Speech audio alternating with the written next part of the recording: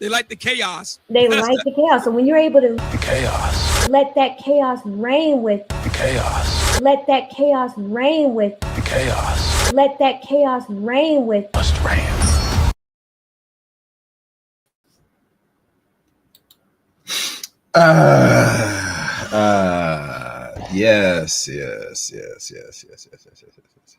Yes. Welcome, guys. Welcome to another edition, another debate, another stream or live stream here on the Chaos Reign Show. I am Chaos Reign. Today, you see the thumbnail, see the title.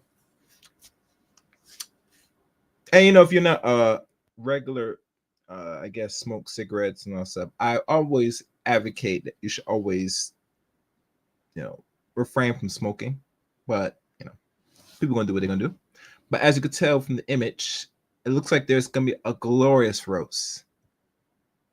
And I mean glorious in a good way. But anyhow, the links to follow me are in the description below. You can follow me on Twitter at ChaosReign7. You can add me as a friend on Facebook, Eric Grant Facebook. You can join my just Discord service. Follow me on Rumble, CRain23 on Rumble, CRain23 on Rumble. And last but not least, become a member of the Chaos Reign Show. So let's not waste any time. And guys, please, as you come in the video or on the stream or any of the previous, hit that subscribe button. Hit the top notification bell for all the uploads and live streams here on the Chaos Reign Show as well. So the title, Andrew Wilson destroys this feminist Pixie. You know, the pixie dust, that little dirty little dust that they fling around these little fairies do. In a savage debate. So will there be a mic drop for this one? You be the judge. Let's watch for ourselves. Fair use, like always, and enjoy with commentary. Let's go. I'm going to do that right now. Yeah, for just your opening. So I was just requesting that you gave me your worldview so that I knew what prism you're looking through as you kind of tell me what your takes are on feminism. Yeah, so basically my general view on feminism is that we've made a lot of long strides when it comes to equality.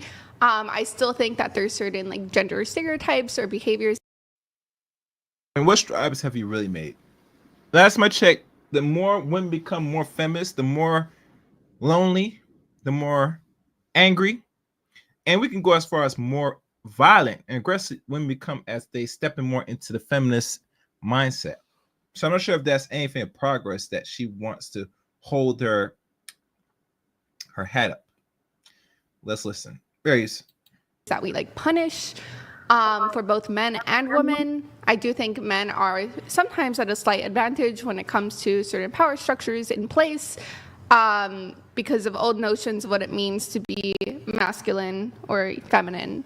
But yeah, I just want to strive to be in a world where, a guy can act sad or emotional and they're not punished for it. And where a woman can act straightforward or confident or direct and not be punished for that either. That's just where I'm at. So just to reiterate very quickly, your general worldview is utilitarianism. The only thing I just wanted to quickly follow up on is you said that you have duties.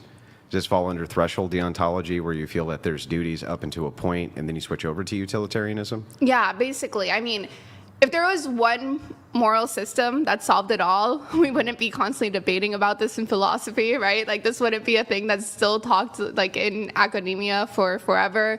But basically, even though I ascribe a lot to utilitarianism in the sense of greatest amount of good for greatest amount of people,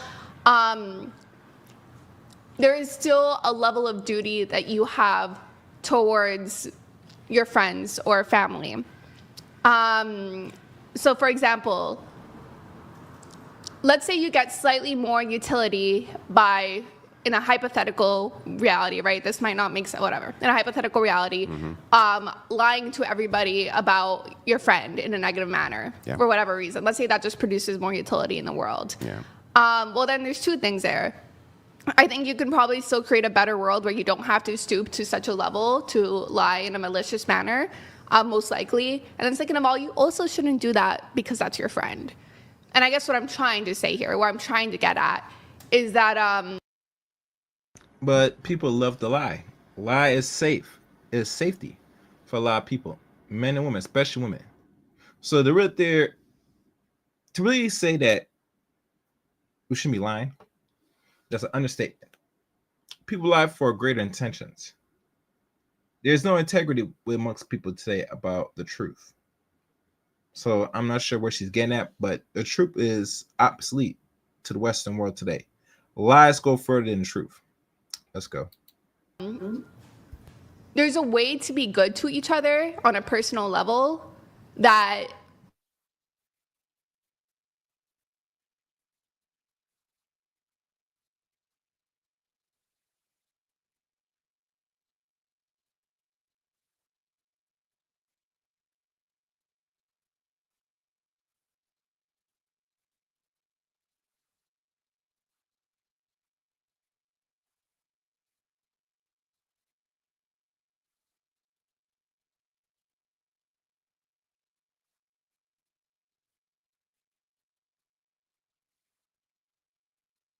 a lot, because there are a lot of moral conundrums out there. Yeah, I don't think that you could explain the entirety of your worldview in a single opening statement, right? Yeah. I'm just kind of looking for the key point principles. So utilitarianism, the basic harm principle, and then a threshold where it meets duty. So duty has to be in play there in some points because you don't think that utilitarianism itself can Covers accommodate everything. Okay. So there's like a bit of threshold deontology. All right. So I'll dive into to my opener here. So I came to Christianity first logically rather than spiritually. The spiritual part of it came after the logical part.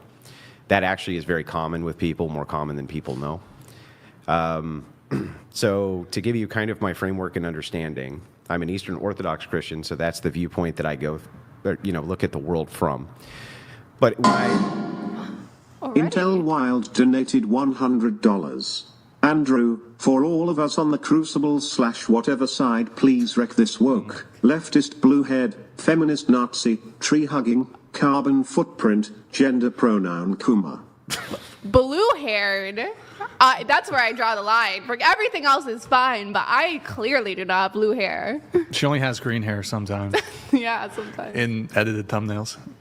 Yeah, so I'm an Eastern Orthodox Christian. But to give you an overview of what that means, I'm going to kind of accommodate Catholics and then what I would consider most Protestants would consider to be a Christian. So from my worldview, knowledge is not possible without there being a God. It's not even possible. And here's what I mean by that. Without an unerring standard, or a standard which is unchanging, your ability to know something is going to be arbitrary. Any appeal that you make, any standard appeal that you make to anything ever is going to reduce to relativism, and it's going to reduce to being arbitrary, no matter what. So because that standard doesn't exist, I actually believe that there is truth which you can know, and knowledge which you can know, because I appeal to the standard which is unchanging. The reason we're Trinitarians, meaning we believe in the triune nature of God, is because first in John 1:1, the Word was with God, and God was the Word. Okay? What this is saying is, if you move forward to 1:14 in John, it says, "And the Word became flesh." So that would be Jesus Christ. So in the beginning, there's the Word. The Word was God. The Word was with God. And then in 1:14, the Word becomes flesh. So that means Jesus Christ is God, right? Part of the nature of God. John 14:6, Jesus Christ says, "I am the way, the truth, and the light." Okay, so the key word there for us is truth, right? The way, the truth, and the light. So in philosophy, a justified true belief is knowledge, right? I mean, Aristotle is the one, or not, I can't remember who exactly. But then knowledge is a justified true belief. So you can have a justified belief, but that doesn't mean it's true. So since we don't have a justified true belief, and we believe that the truth is God and must be God because that's the only inerrant, unchanging standard that there could ever be for truth, essentially I feel like most everything that anybody tells me who's not a Christian is a lie because it has no foundational grounding for it to be true. It's moving towards some kind of standard which is completely arbitrary. So I think that your worldview in and of itself destroys the very ability for you to even have knowledge. So that is my worldview and how I see things. Now, I'm not here to have a precept debate with you about Christianity, right? But I did want you to understand my viewpoint and how it is that I think about Christianity. And I think most Christians think of it this way. Yeah. Okay. I feel bad because I know we're supposed to talk about feminism, but I want to ask you if you've ever heard of Gettier problems. Yes. Yeah, But what do you think the thing about them? is that those can be reconciled through the Orthodox worldview as well. Okay, so you're talking in the Gettier problems of the laws of logic having problems, like you could be half in a room, half in a different room, stuff like this. But these are semantic issues, right? No. All right, here, let me give you an example of a Gettier problem. So, for example, let's say you are driving by in your car, Yeah. and then you pass, what is it? You pass a barn. Yeah. And you say, there's a barn. Yeah. It's justified, you saw it. It's a belief that you're holding, and it's true. Except in this case, in this scenario, that was actually a fake barn, and right behind it was a real barn. I know that sounds weird, but obviously it's just theoretical. Sure. Technically, your belief is still true. You said there's a barn over there. But can you really say that's knowledge? Did you truly know there was a barn there when what you were pointing to was, in fact, a fake barn? But I mean, that would just move into precept. So whatever standard applied knowledge that you would have be relative anyway. So who cares if there's a barn behind it or not? Because it's going to be whatever you're going to appeal to know that there's a barn behind it. It's going to be an arbitrary standard, which can be reduced to relativism. I mean, does it have to be arbitrary? I guess. Yeah, you can never. I don't see how if you didn't have a standard which was unchanging, meaning could not be changed, how it wouldn't reduce to a relative standard. Okay, I'm going to put it this way. Mm-hmm. Let's say that there is a certain period in time where you had this village.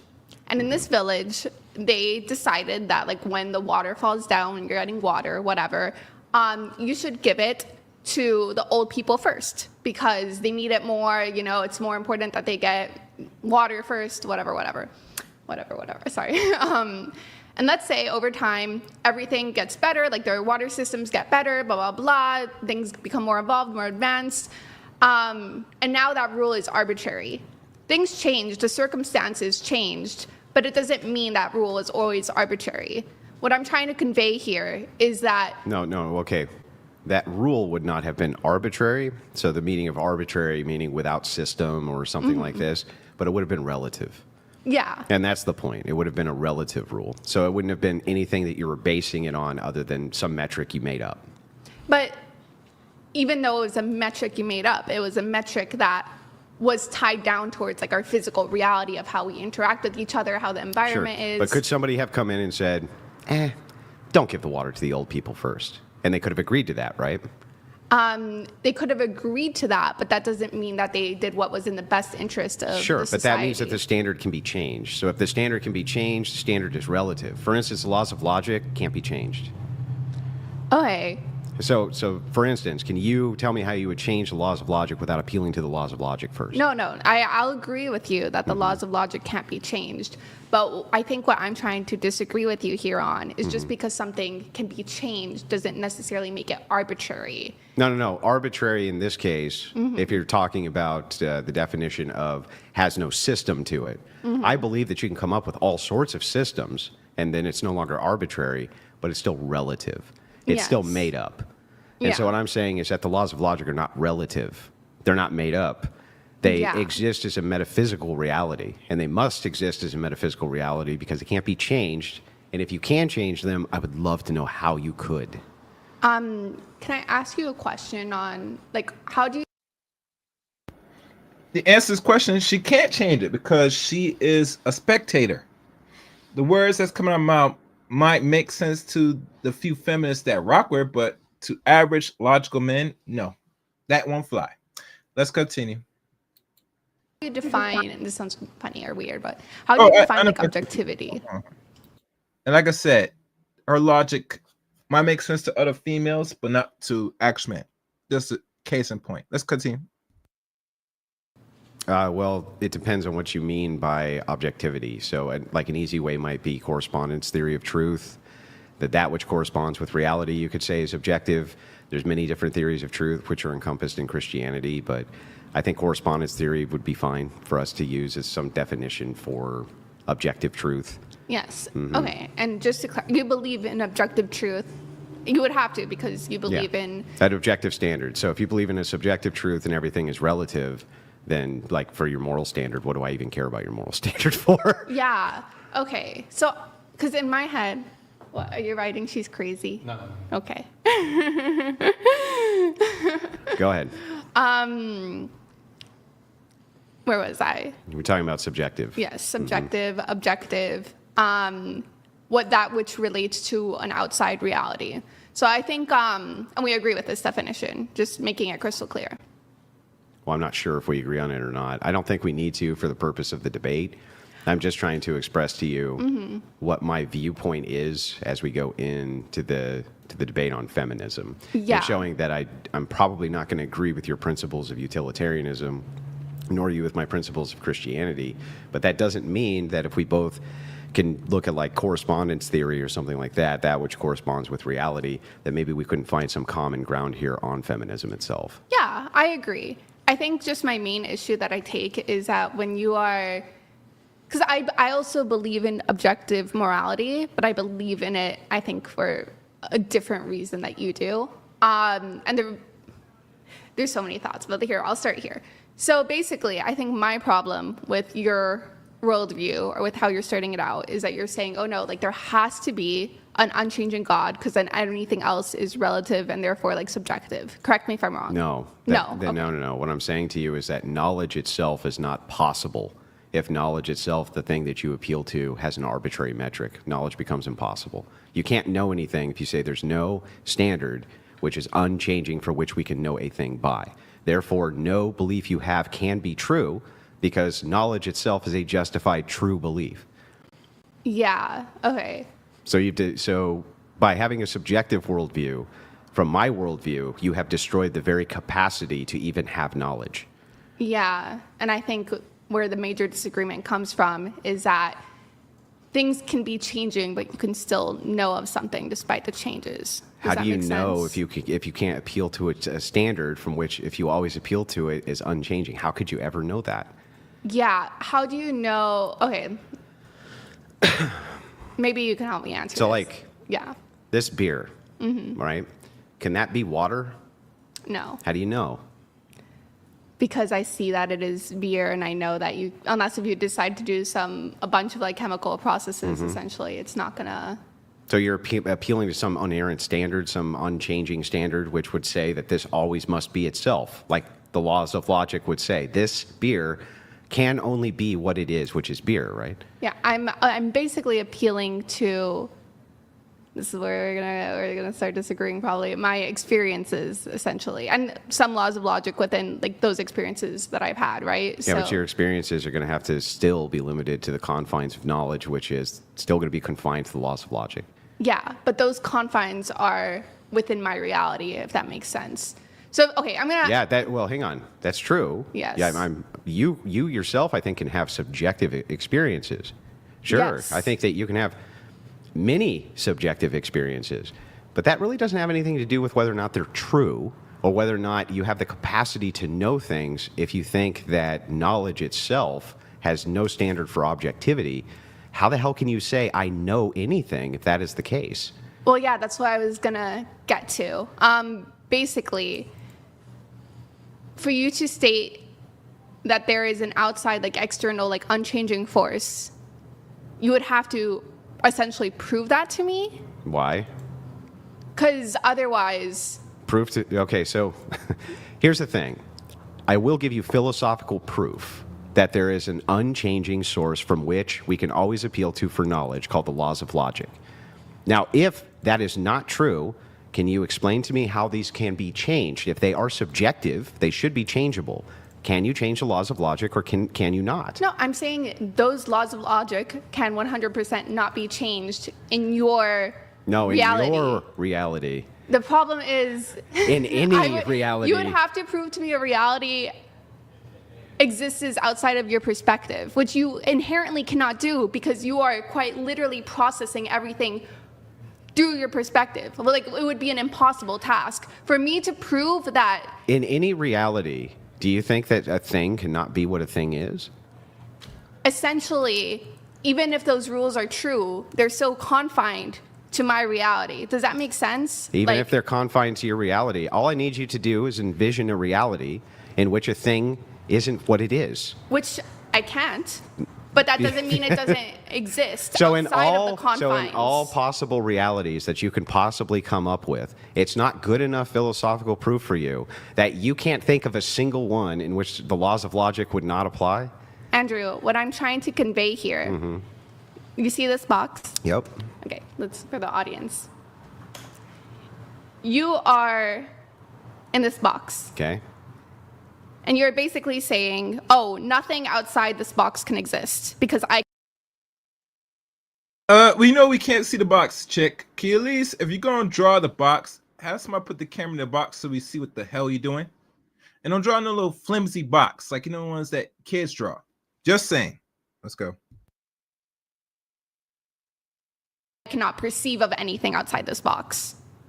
But just because you cannot perceive of anything outside this box doesn't mean that there's nothing outside the box. You are confined to the box through your experiences. This is just an argument from incredulity, ultimately. What you're saying is it's possible that there are things which exist outside of anything you could ever envision. And so therefore this thing may not be true. That's just incredulity. Yeah, no. That's just incredulity. It's a fallacious argument. What I need you to do is tell me, based on any experience, subjective or otherwise. I need you to explain to me why. I just did. I gave you the. No, you didn't. You said it's fallacious, but you did not explain to me why it's fallacious. The argument from incredulity is a fallacious argument. You have to explain to me why you believe it's fallacious. You can't just say it's fallacious. Okay, because I could be incredulous about any argument you make, right? You could say, for instance, I'm not here right now, right? And I go, well, I don't believe that. Well, that's not an argument. That's not an actual argument. That's not my argument is essentially. Yeah, hang on. Do you agree with me that that would be fallacious argumentation? I would agree with you, but that's not what I'm saying. It is what you're saying. You're saying because I can't envision something outside of anything which can even be envisioned, where the laws of logic may not be true. You're just saying conceptually there could be, but when I ask you to demonstrate a reality in which it could even be true, you still can't even do that. No, because what I'm trying to say is that inherently every law of logic, every experience you have, everything you ever do must go through your own perception first. Okay, but you would agree with me, even if that's true, okay? You think that other people have perceptions, right? Yes, but I can never prove it fully. From your perception, you think, but you do think that. I can think that, but I'll never be able to prove it fully. But you don't really need to. You don't really need to prove it fully. We can just go off of your perceptions then. If you can't prove anybody else has them and only you have them, inside of anything in which you can envision, you, from your subjective metric, the only one which exists or is necessary, can a world exist where the laws of logic do not apply? No, but here's the deal, right? That's powerful philosophical proof, by the way. But okay, of an unchanging standard which can be adhered to for knowledge. Here's the deal, right? If we can agree that even though I do not know or I cannot prove something outside of my own perception, that's an impossible task to do. It is still real to me, right? It is still something that is, actively affecting my life. I cannot just pretend it doesn't. It doesn't make it any less real.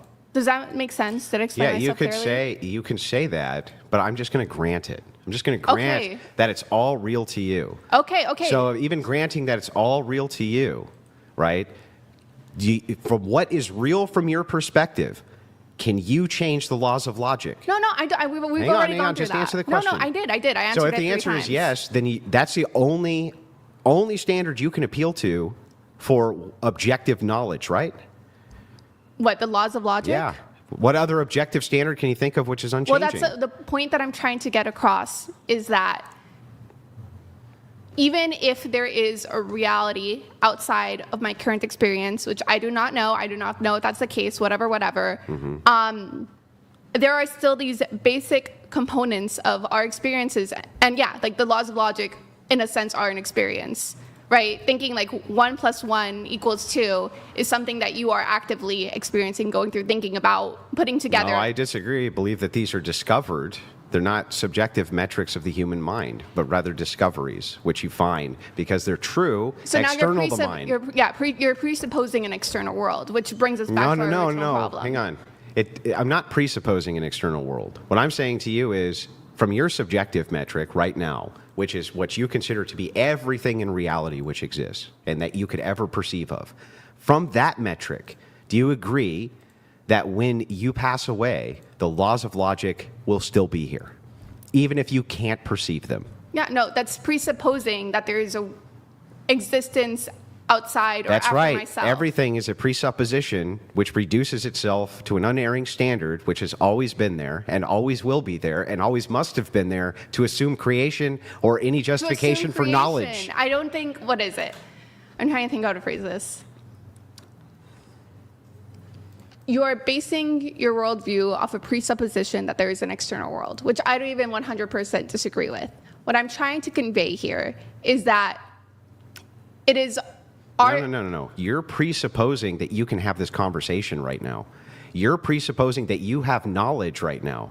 You presuppose everything leading to this conversation, and everything you presuppose leading up to it has a requirement for knowledge, which you presuppose baked into the laws of logic, but won't grant that there has to be that has to be an unerring standard. What else would you call that but God? Oh, okay. Is it? I mean, we could get into like a theological debate about God if you want to. Please don't. Please don't. I think when it comes to men and women in regards to the term or the concept of God, we have different views on God and the creation. Let's be honest here. When women talk about God, in my opinion, from what I'm noticing outside looking in, women view God in a form of God is a female. God only favors them, and if God pities them, they can curse God, especially if in their mind they think God is a man or masculine. Unlike men, we look at God as, God. I can't remember any man said God is a female or a man. They just look at it as some being. But I don't want to hear no conversation about talk about God. I hear these chicks talk about God, and they don't make no sense. All right, let's go.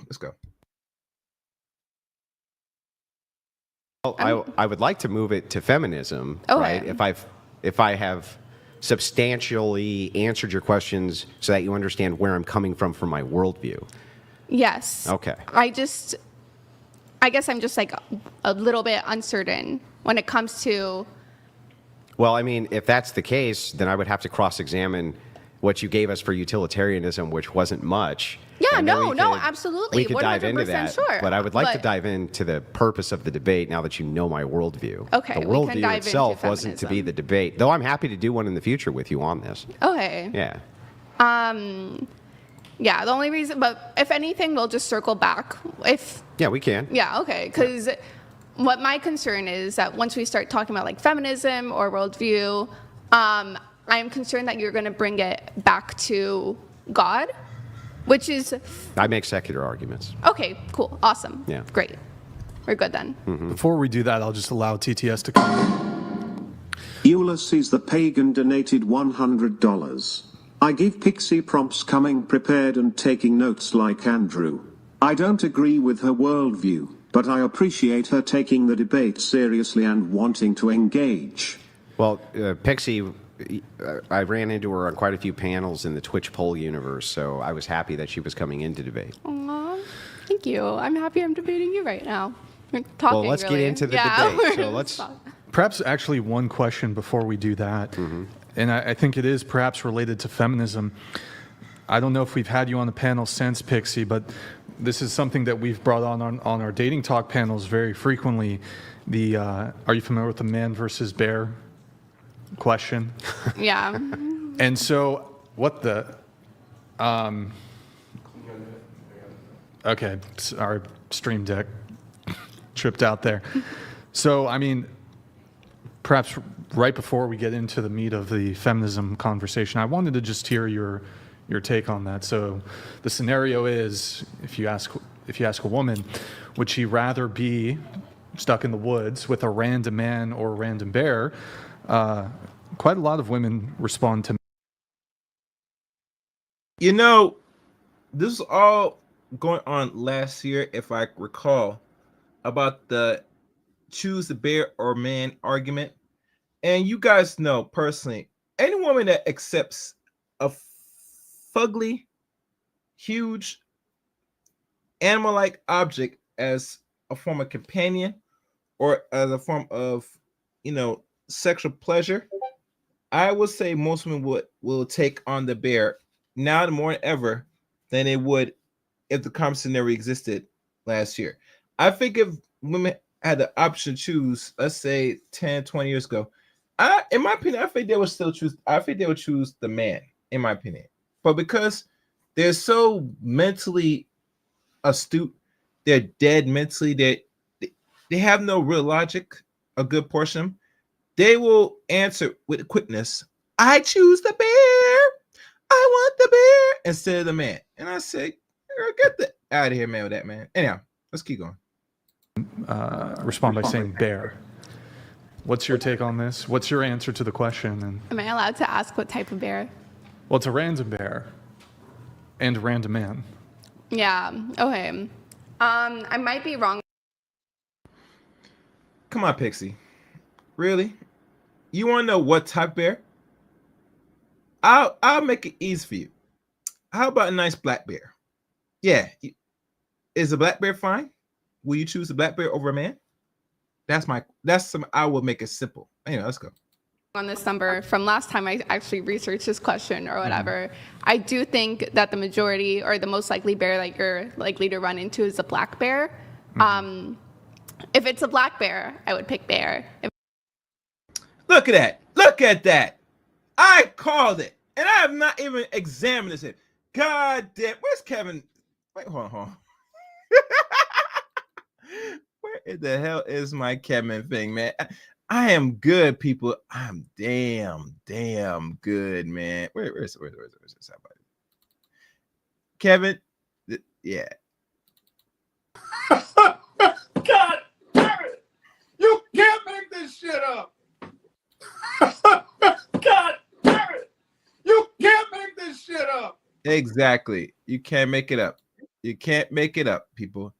You just can't make it up. Let's continue. Hey, yeah, I know. They said teddy bear. Hey, you know something, Willie Wallace, about that teddy bear thing? Hold on. I'm going to pull your comment up for a second. Let me pull up that comment. You know what's funny? How can I remember? I remember one time I did a little short video. If I didn't, I'll find it. And when women talk about this bear, I had like a little image of bears of what women are more comfortable dealing with. Matter of fact, let me see if I find it. Let me play the video. I'm gonna find the image of the bears. Y'all gonna like this. Let's go. Fairies. If it's anything but a black bear, I would pick a guy. Is the most likely guy you're going to run into predatory? No, but well, then that's weird. No, let me finish. All right. Let me finish. So the reason why I say this is because even if the most likely guy I run into is not predatory or whatever, there's still like an unstable factor there, right? Where it's like in the vast majority of cases with bears, or black bears, let's be specific, they don't know they're really apex predators. They will they have basically no freaking clue.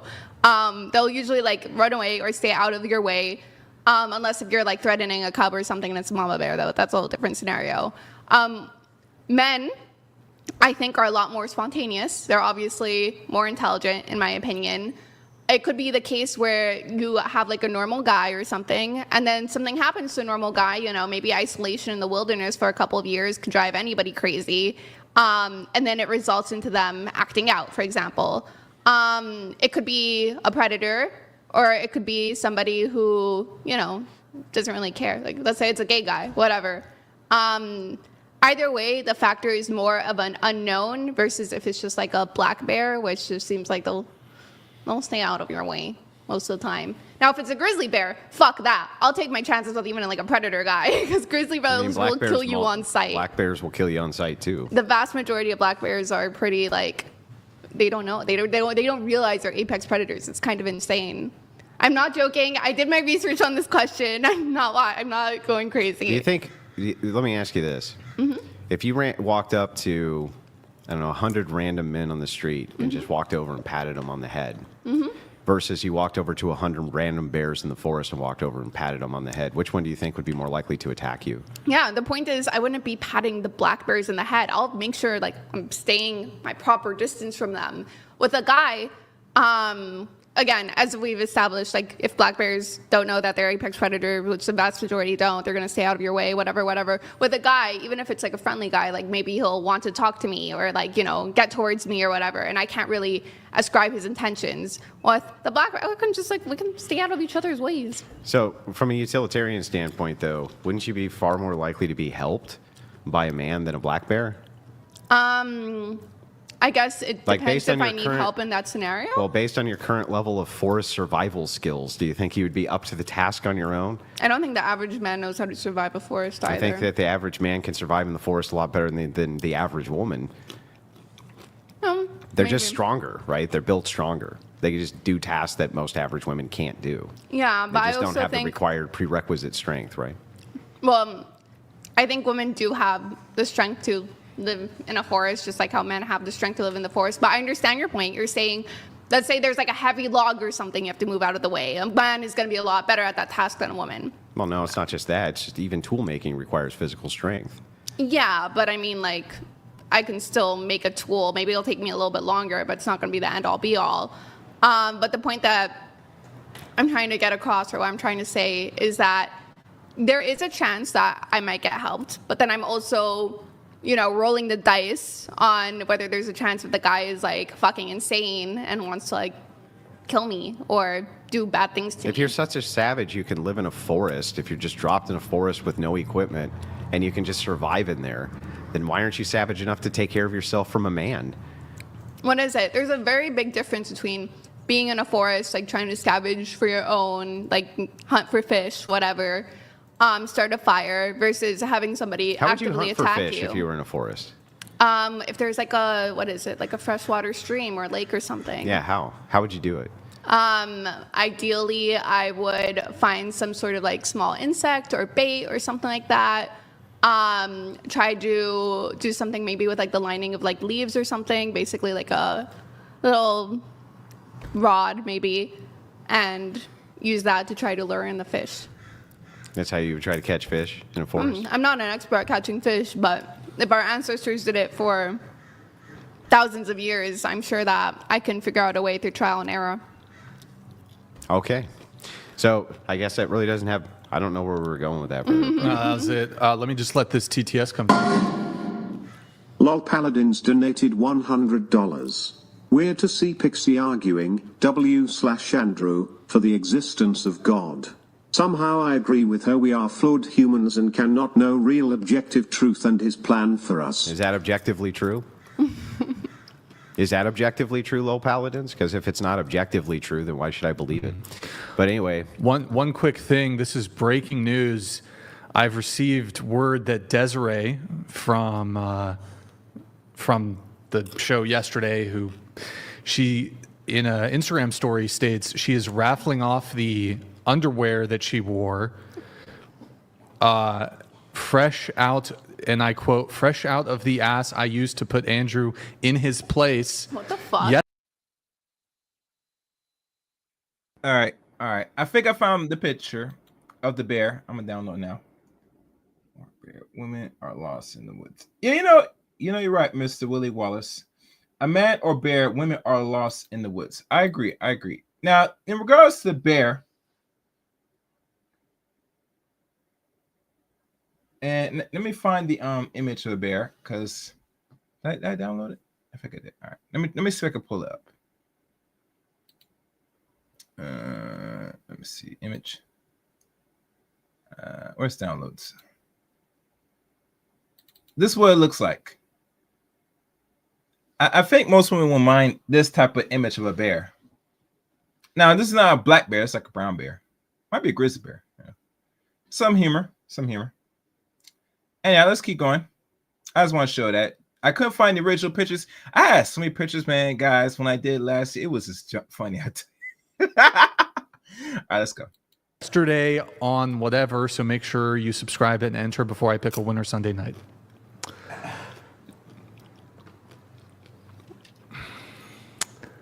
That's wild. That's Fucking horrible. degens. She didn't learn a thing. Anyways, sorry, continue on. So anyway, over to feminism. So can we agree to a definition of feminism? It's just something really boilerplate, basic. So I give you my definition. You can tell me if you like it or don't like it. I would say it's the move towards egalitarianism with the rejection of patriarchal systems. When you're saying egalitarianism, Equality and equity. I'm not sure if I 100% agree with that, but we'll say yes. So then what's your definition? Well, no. I'm going to agree with it in general, but I know some people take that and then they bring it to an extreme. They're like, oh, so you mean like, I'm trying to think of an example. Are you full, by the way? Because people... Killer of Cereal donated $100. Presuming prepositions is preposterous. I propose a pedantic posturing proliferated by poor practice. Must go back to school. If only there were a university I could sign up to based around debating. Right.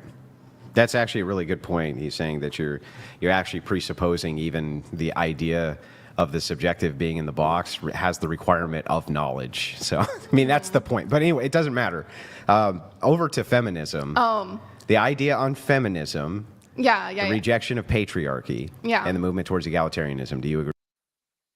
Oh, and if you guys got any questions, you put in a super chat or a general question, depending on the question, I will pull it up.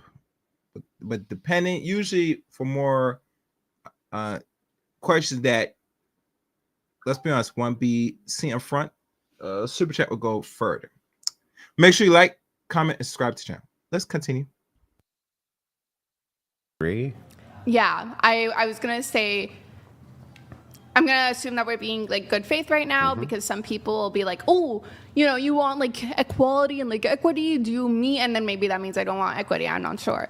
But like you believe in that? That means that you think like both a guy and girl, despite of their qualifications, should be in the same like military bracket or whatever. I'm using a random example, and it's like, well, no, only if they meet the requirements to be in that bracket. Does that make sense?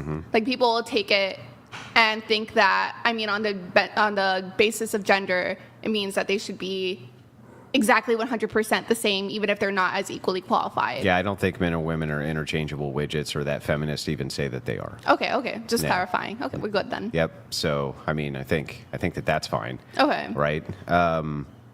So if your idea there is that their ontology is different, men and women, their being is different.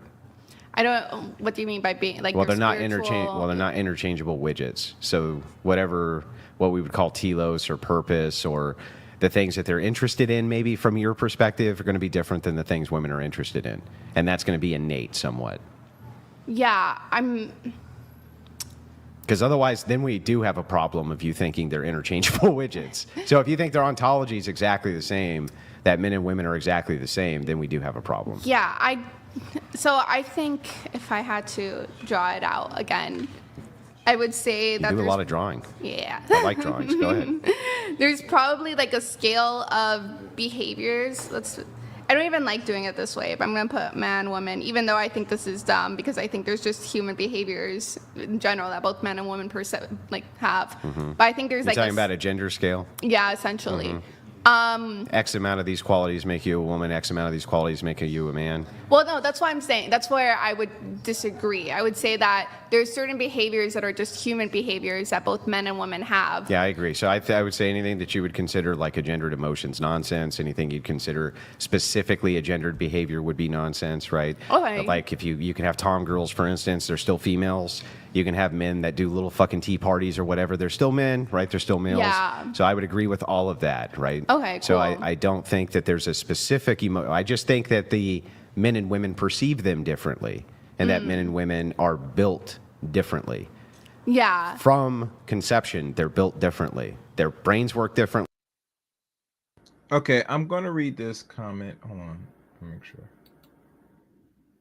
Oh no, that the comment did not fall through. Willie Wallace, you might have to re-put back that comment because it did not go on my end. On my other I'm watching from YouTube, so you're gonna have to put in a super chat or rephrase the comment, sir.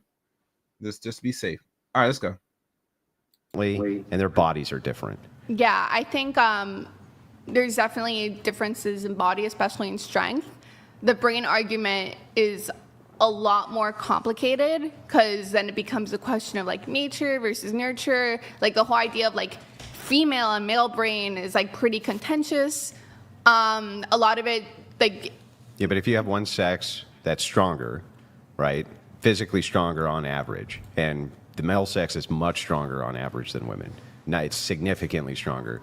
The tailoring of society necessarily around that would create different interests, right? yes, at certain points. I think the problem is that as we have a society has evolved and as we've had like more like, let's say, machinery or even like other things have just come and spawned essentially, our DNA and like biological predispositions also somewhat slightly change, even if it's like ever so slightly. So do you know like epigenetics? Yeah, but I mean, epigenetics wouldn't even explain this in 60 years. That's insane. even from an epigenetic standpoint. Well, from an epigenetic standpoint, like our genes are like, you know, like they're constantly changing to our environment, basically. Yeah, it doesn't happen in one generation. It doesn't happen in one generation. Or but two, it or three. No, well, it can happen pretty quickly. I mean, there's like, what is it, epigenetic studies on like, for example, women who have had children or were pregnant. Okay, you got to do me one favor, though. Yeah. You got to say women and not woman. I am English is my second language. Like, Got to say women and not women. Okay, call me out. All right. Women. Women. Women.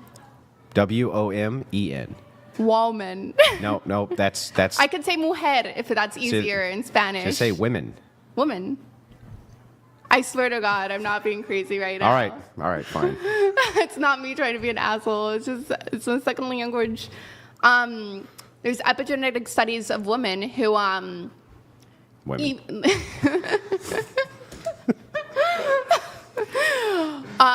You know, who are, let's say, like pregnant or whatever during like a time of strife, starvation, resources are low, and like how that like literally genetically affects their offspring to be able to like retain like fat better, for example. Or like basically things that can happen within like one generation essentially. Or even that wouldn't apply to the societal social characteristics of the entirety of a nation when it came to the interests of men and women. Well, what I'm trying to say is that if we can already see things like that within like one pregnancy and see like DNA changes, that it's not a giant leap of faith to assume that like over time, especially as society has like more and more changes, you'd start seeing What kind of changes? Well, what kind of changes would you expect to see? Let's see, in a society where physical labor and force becomes less important, essentially. Like right now. Yeah, or like how it has been. What would you expect to see? Yeah, you would expect to see basically societies that start centering intelligence as a more important component, or start selecting based more on, you know, expected intelligence, whatever, than just pure brute strength. Yeah, but society's not becoming smarter.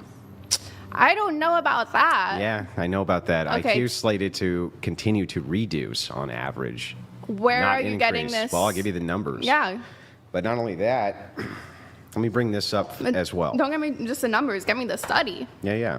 But let me give you the numbers on this as well. This is all CDC information, by the way.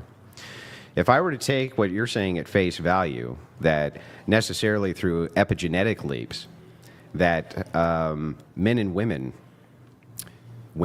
by the way, would suddenly begin to have different interests.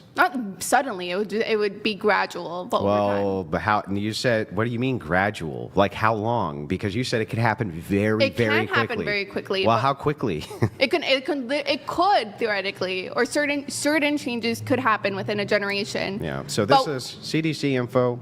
Most female jobs. This is according to the BLS. These jobs have the highest percent. As a society as a whole, if labor is less important because we have machinery to do it instead, Mm-hmm. you would find both men and women more in service sector jobs, which But we you're have seen. not. You're seeing mostly women in those jobs, and that's what I'm going to show you. Yeah, no, the amount of men who are now like in STEM in general, like the United States as a whole is a Men service-based have always economy. been in STEM. Men have always No, been no, dominant not in STEM. just not always. We have seen No, an men have increase. always been dominant Yeah, in STEM. I'm saying that doesn't matter because I'm saying that when we compare manual labor jobs Mm-hmm. to service jobs, we have seen a vast increase in service-based jobs versus manual labor jobs in the United States. That is just objectively true. Yeah, that we are a women service-based women economy. do, which is the exact. Well, I will say for Miss Pixie, yeah, this country is now shifting and moving more into a service-based economy, but still the manual labor as it still stands in the height of what we call AI, and now we're now in the stage of automation. Men still dominate in that area. Because think about it, we don't have androids, we don't have the machines like robots yet. So in regards to the service-based economy, men still have the edge right now. But women do not have the edge right now in the service economy. Unless anybody in the chat room could agree or disagree, you ladies are creating OnlyFans and busting wide open for as little as a $4.99 for a subscription. See people showing your goods. Let that sink in. Let's go. Same jobs they were men always have doing. also done more service-based jobs. Yeah. More people are lawyers, but doctors, most software, even just wait. Men have always been in those fields. Always been in those fields. Maybe I'm not explaining my point clearly enough. The point that I'm trying to get across Mm-hmm. is that as manual labor has become less important in the United States, Mm-hmm. there's an increase of men doing more of those jobs. So before, it might have been like, hey, maybe I'm going to go But work in why the factory. don't we? Wait, let me finish. Yeah, let me but this finish. makes the argument No, makes no please sense. let me finish. I'll steel man the argument. That way, you know I understand it. Okay. The argument that you're making is, as these other service sectors have opened up, men are gravitating into those service sectors instead of just manual labor, right? Yes. Then how come women aren't gravitating towards the manual labor sections? Because the manual labor sections have been either taken over by technology. No, they haven't. Or Roofing? Or- Has roofing been taken over by technology? no, but what is it? It doesn't necessarily. I'm trying to think of Has this. construction been taken over by technology? Roofing? Has even gardening, basic gardening? What about lawn mowing, lawn care? In fact, almost all labor I can think of, which now is heavily inundated with machines, still totally dominated by men. But Almost there's no women a lot do it less at all. men in average doing those jobs compared to before because you have had machinery Yeah, dude, replaced. but- If it took three, But this if it- argument still makes no Let her sense. finish, Please, let if her it took finish. 5 men to redo a roof or whatever, Sure. now it takes 2, right? Yeah, why isn't one of them a woman? No, because the point is, as a society as a whole, we have just moved away from manual labor. So obviously, This a argument woman makes no Yes, sense. it does make sense. It's very simple. Okay.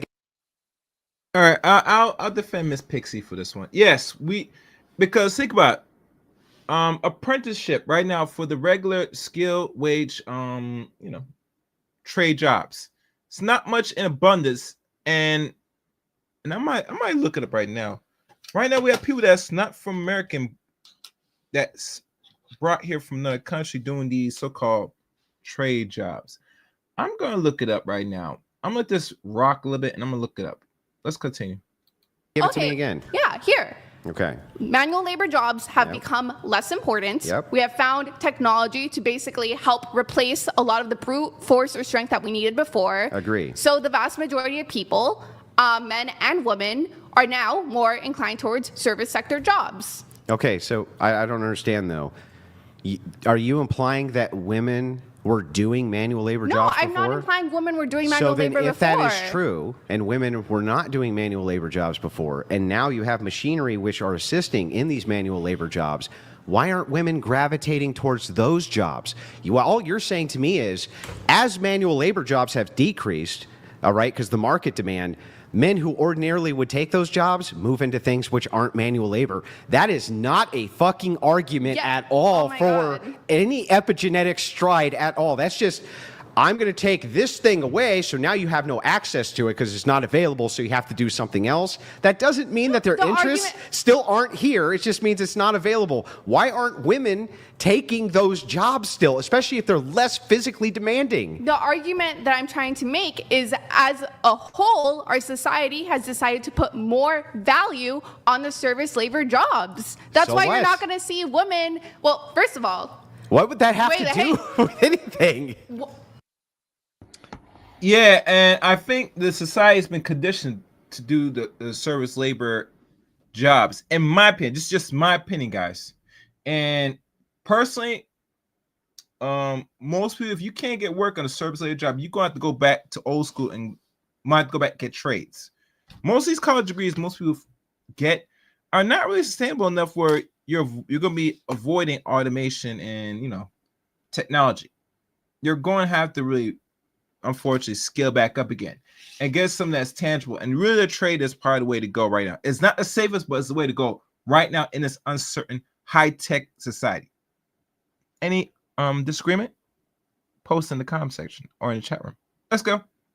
And make sure you subscribe to the channel.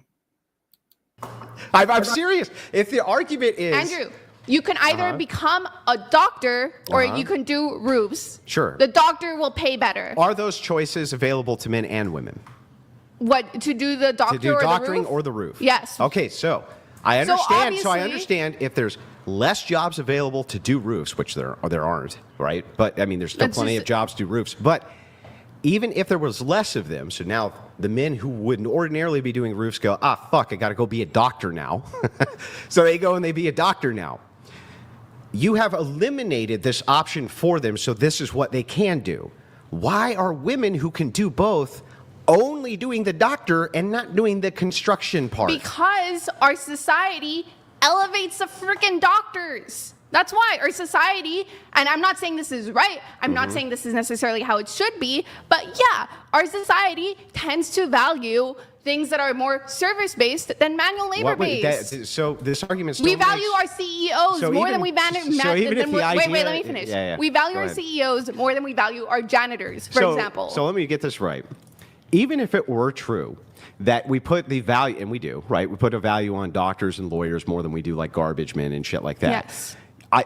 There's no way in hell you're assuming that every woman is so smart that they're going to be able to be the doctors and lawyers, right? No, I never so said how that. come none of them? It's not none Hang on, of hang them. on. There's Yes, obviously, no. we can I'm search saying, up statistics right now. It's not zero. I've got them right now. let's do it. Do you think that 98 fucking I don't percent think of 98. dental? I never said that. I said I that. never gave a specific I'm number. giving you specific numbers. Yeah, Preschool the and number is obviously not preschool zero. kindergarten so when you say teachers. none of them, you're stop. exaggerating. Listen, preschool kindergarten teachers, 98% women. 98% women. Can you send us that so we can pull it up for the audience? Yeah. Okay, but none of what you're saying is contradicting what I'm saying.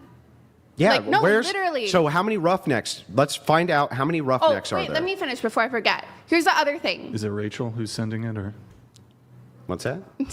no? I'm sending it to you. What do you mean? You just told me to. Yeah, no, but Yeah, so here's a couple. send it to our Instagram if you can. Here's a couple of things to break down also.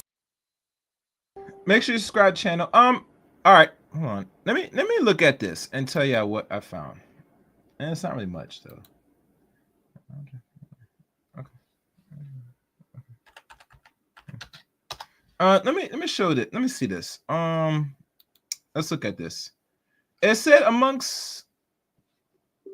Let me make sure my. Wait, hold on. All right, y'all get me? Okay, good. It says here. Skilled trade jobs, race, and percentage. The breakdown. Gender representation of the trade jobs. Men make up 96% actually of tradesmen positions. Women represent only 4.0%. Highlight and sniff gender gap is skill trade. No, that's not no gender gap. Women do not do trade jobs unless it's nail or base stuff that is girly-ish. They don't do that things we had to roofing, plumbing, HVAC, or any of those trades that you got to get your hands dirty and do something hard and technical. They avoid it like the plague. Race representation among tradesmen by race, ethnicity, and percentage. Tradesmen. Whites compile 65.9%. That's roughly 66% in trades. Hispanics, Latinos, and their different what they call it, racial identities of Latinos. 21.9%. Blacks and African Americans, 5.8%. That is low. That is very low. Asians, 1.5%. American Indians, 1%. And unknown other, 3.9%. The skilled trades are overwhelmingly male dominant across all racial groups. White men form the large demographics, but Hispanics and Blacks men are significantly represented, especially in laborers and operative roles. Would you like to explore? No, I don't want to explore that. No. All right. I'm going to leave that alone. Let these guys go back and forth. And this is really good cooking. This is really good so far. Very good. Let's go. Oh, and one other thing. I had to play this because, I'm almost I'm at the hour mark. Yeah, I know what time it is. My money. I told you. Where is my money? Benny. Bring me everyone. I need my money. I need my money. What do you mean everyone?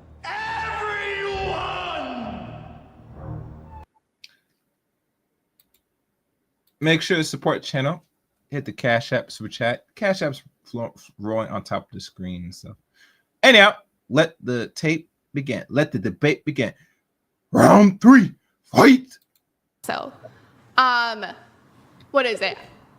Women are also a lot less likely to apply towards jobs that are in male-dominated fields for a variety of reasons. You could say some of them are just not interested in it, sure. Even for women who are interested in it, which is more of a minority, yes, you are more likely to experience sexual harassment or just sexism in general, the more male-dominated a field is. So you're less likely to get hired, and even if you are hired, you're more likely to be looked down upon. So there are a combination of factors, which I've never denied that, even I said it multiple times, I never denied that women are less into these fields. No, you gave a descriptor that because of epigenetics, what's going on is that... No, what I said... So I'll let turn. you finish, and then I'll go. Okay.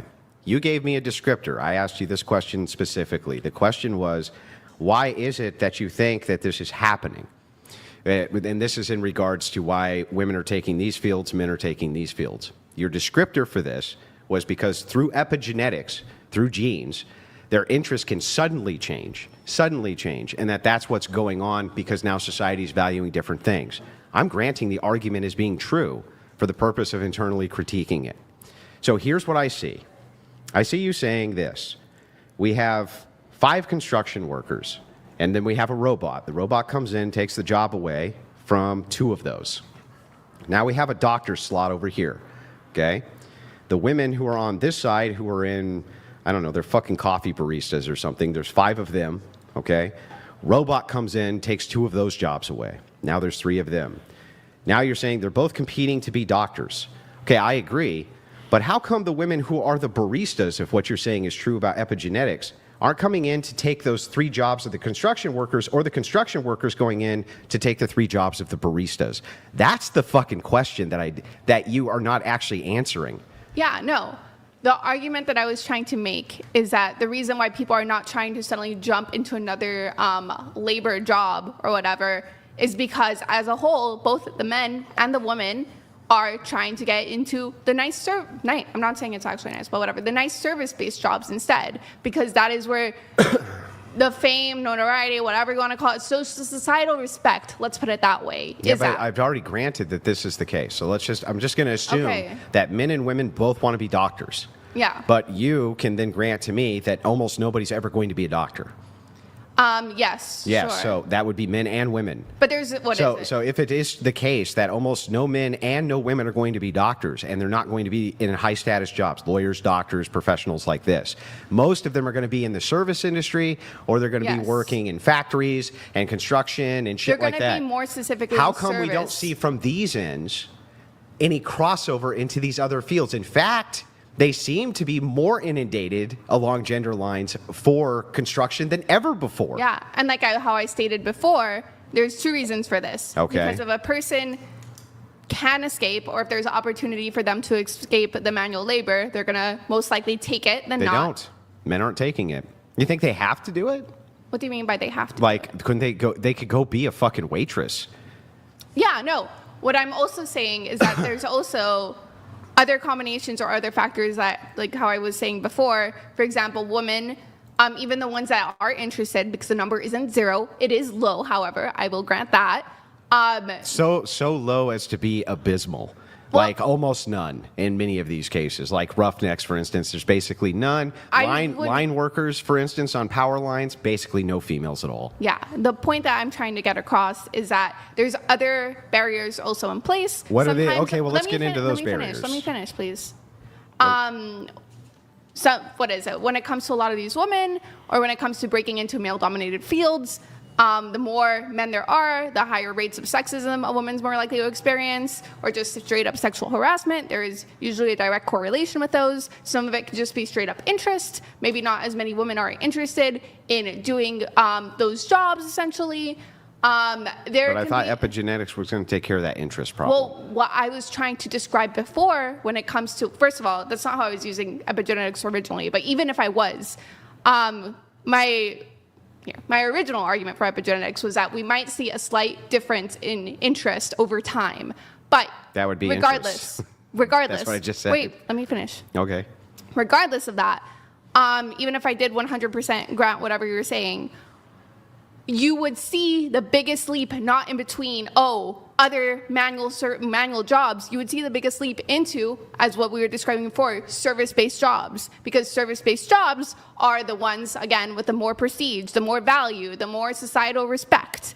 So that's why you wouldn't see intercrossing. You would just see people trying to move up instead. Yeah, that makes no sense. If you have a barrier for entry inside of those service level jobs that you're talking about, meaning you and I both know that not everybody can be a doctor or a lawyer or in one of these high status fields, you should actually see the interconnecting. Why wouldn't you? Wouldn't you? You say because there's a barrier to entry to be a construction worker, female. What barrier? No. What I'm trying to describe here, if we're saying, okay, epigenetics, your genes, or whatever, your offspring's genes, even your genes can change depending on the environment. Okay. Even ever so slightly. Okay.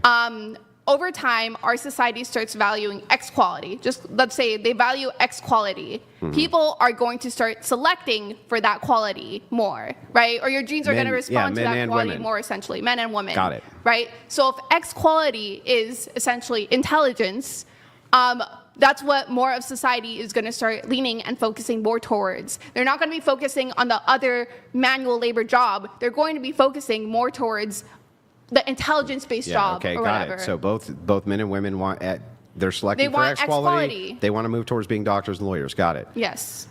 However, this still does not answer my question, which is this. Why is it that women still, even if they're competing for these neutral jobs that they can do because it requires zero fucking physical strength, they sit in an office building all day, being a lawyer or doctor, whatever it is, why is it that you don't see them competing to be line workers? Why don't you see them working on power lines? Why don't you see them working on oil rigs? Those are extremely high-paying jobs, even for dumb women. Way higher-paying jobs than being a fucking coffee barista or somebody who works as a waitress. There's no more barrier for entry. Why aren't they crossing over? That would make no sense. Why wouldn't they do that? There's a couple of reasons, like I listed before. So some of it can be based off of interest. Maybe not as many women are interested in doing those things. Why not? What is it? There are a million reasons. Maybe some of them do have a biological predisposition to not be interested in that. A biological predisposition. Some, right? So something Let me finish, to do with their please. ontology? Some other ones might be raised in a household where they're taught, hey, that's not a very ladylike thing to do. You should focus instead on, like, you know, taking care of children. Like, that's more, you know, that's the more ladylike thing to do. So their interest might develop more into that field, basically, rather than having it being a biological innate thing. So for some people, it might be biologically innate. For some other people, it might be just a result of society. That's really weird. Is pornography a ladylike thing to do? What is it? It's not necessarily ladylike, but it is highly rewarded. Yeah, it's highly rewarded. So is being a person who works on an oil rig highly rewarded? Or hang on. Let me finish now. I just let you go through your whole spiel. I'll let you finish. Go for it. Just like working on a fishing boat, just like working at you know, the world's deadliest catch. You don't see any women doing any of these or working as an ice trucker. Yeah. Here's why. Here's what's so interesting to your argument. Pornography is not ladylike in any way, shape, or form. So your argument of, wait a second, they're told that X thing is not ladylike. It seems that women will ignore this isn't ladylike if it leads to a lot of fucking money. If it leads to a bunch of money, suddenly it's not ladylike, we can put a big fucking X through it. So if we can put a big X through, doesn't seem very ladylike because we will compensate for that with money. Why the fuck wouldn't they go do that with other jobs? Is it because they can't? No, just say, right, Andrew, no, they can't. Andrew, let me finish. And for the profanity, I know. It's funny. I tried to regulate some of these streams with these people using such excessive cussing, but it is what it is. I have no control. But in any case, women do adult films because it is easy.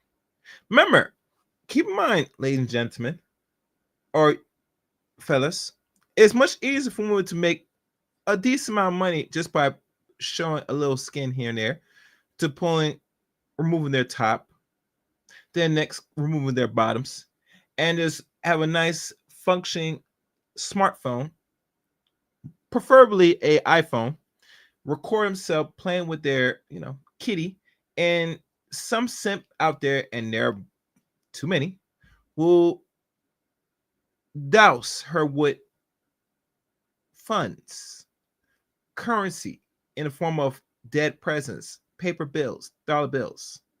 And that's all they need to do. So that will solve, I would say, more than half of a lot of ladies' problems.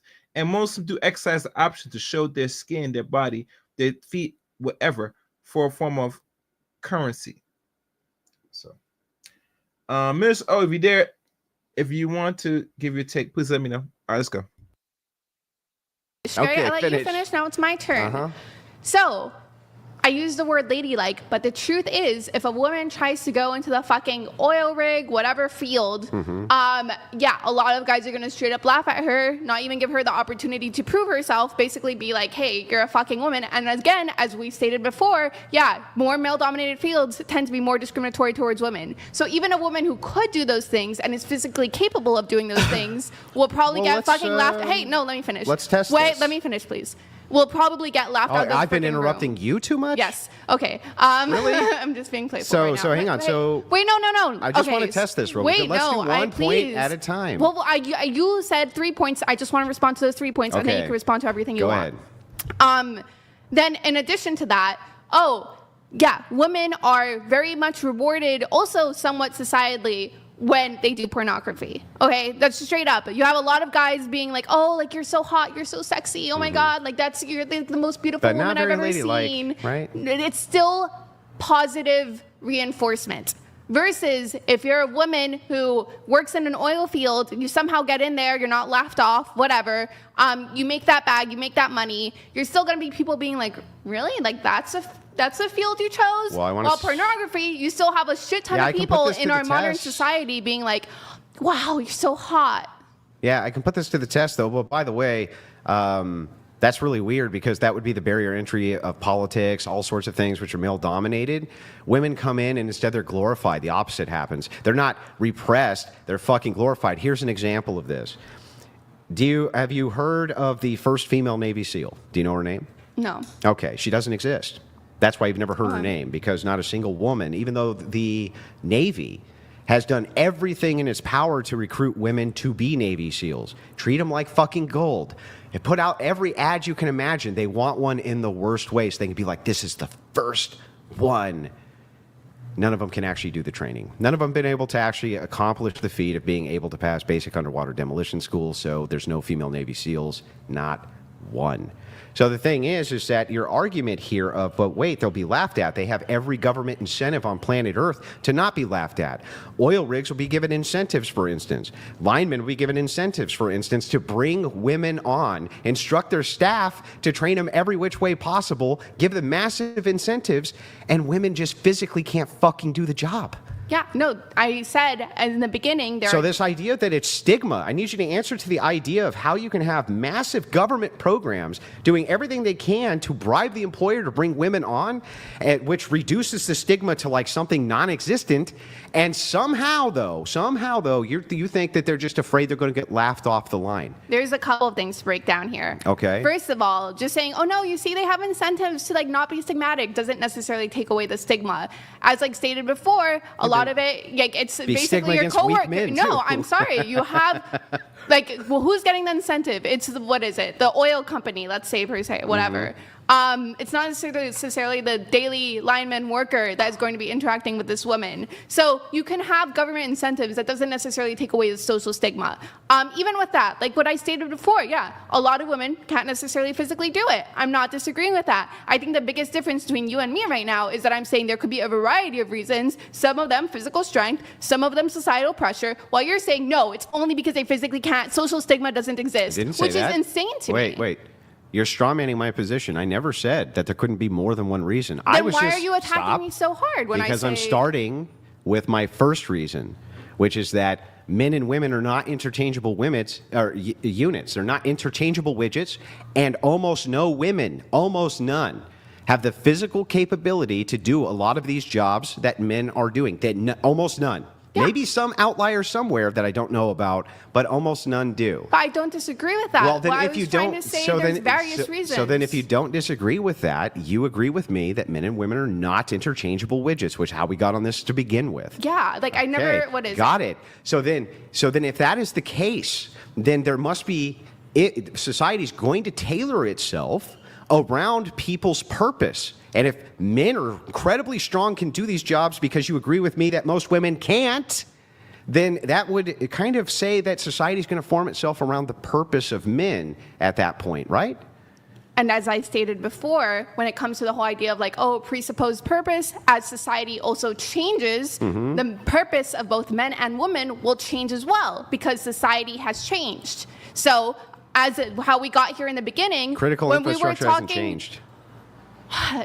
The necessary requirements for critical infrastructure has absolutely changed in the sense of, oh, it's no longer brute strength. We have it's still machinery. Yeah. No, what machinery is going to lay a roof? What do you mean? Well, I mean, eventually, but it's not impossible. No. Wait, wait. It's not impossible for a woman to do roof laying. Obfuscate. You're don't acting. obfuscate. No. Okay, I'm not obfuscating. Then good. Then let me go down my series here. Okay, and you're ask acting as if it's impossible for a woman to do roof laying. Let me go down my series. Yeah, okay, so what I'm saying to you is almost no women anywhere on planet fucking Earth can do roof work. Almost none. Do you think they're physically incapable yes. of doing roof work? Okay, I disagree. I think there's definitely jobs that women are less inclined to do. Rescaling a roof, I'm pretty sure we can find out multiple examples of women doing it. I think most women are not inclined to do it. No. They're not. It's not optimal for women to do it. Did I say all, or did I say you said most? none. I literally just asked you. I said. Can we replay? Yeah, replay it. My exact words were this to you. I said almost none. Is that all? Okay. Is almost none the word all? No, I'm pretty sure you said none. Nope, I said almost none. Okay, and let's the say reason you said almost none. I never put anything in a monolith because dumb fucking liberals will always do this. If I can point to one, and then they say hang on. Then they say they're the ones who are good faith. Well, if I could point to one, then you're all claim. So I never make the all claim. What I'm saying to you is that almost all women, almost all, not all, almost all, are incapable of doing roof work, incapable physically of doing it. Okay, and this is where I disagree. Good. Now we can get to the argument. Okay, I think we could say, at least in my understanding of roof work, I'm pretty sure most women could do it. It's just not optimal. It's not ideal. It would probably be easier if a guy did it, but that doesn't mean women are incapable of doing roof work. Or almost all women are incapable. Do men and women's body temperature regulate the same? No, I think women run slightly colder. They have trouble in heat. Yeah, but it doesn't mean that it's not possible for them to do roof work. Well, wait. Not possible for most of them to work in extreme temperature conditions. I'm sorry. Is it the same temperature all the time when it comes to your roof outside? That makes it worse because of heat regulation. So Yeah, women have a no. harder time heating up and cooling down. And so what happens is when you're doing something like roof work, for instance, you'll have a black tar that's laid under you. And so even if it's 70 degrees outside, it'd be 110 degrees on the roof. It's 110 degrees outside, 140 degrees on the roof. What happens is women actually physically cannot deal with the regulation of temperature. And because of their physiology, their musculoskeletal system is so small, what ends up happening is they heat up even faster doing labor that men do, which takes them half the energy. Yeah. So it takes more As I energy said- for a woman to pick something up than a man. Yeah, as I said before, it might not be optimal, but that doesn't make it impossible. So even using your same example of roof work, what would end up happening is that instead of doing it like almost any time in the day or whatever, if we lived in a society of only women for whatever hypothetical reason, okay, what would have to happen? Women would have to do it in It different wouldn't work. times. The and then- society no, it's wouldn't not that work. it wouldn't do it. Yeah, then show me a society where women ever fucking built anything and ever ran the fucking society. And I don't want to hear some tribal Amazonian bullshit society Are that those we not look up societies? and we find out that nope, it's not some matriarchal society.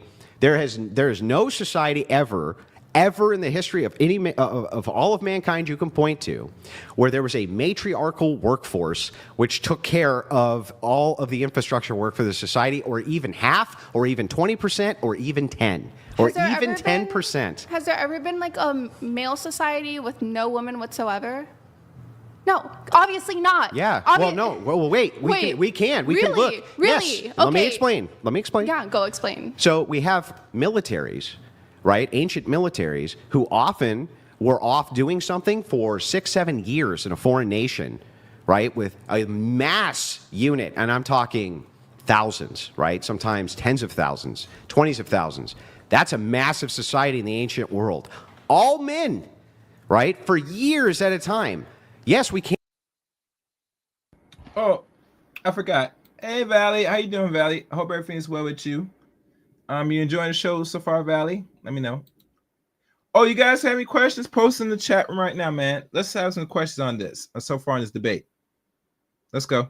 And point to societies of all men regulating That's themselves, not- operating. Yes, that is.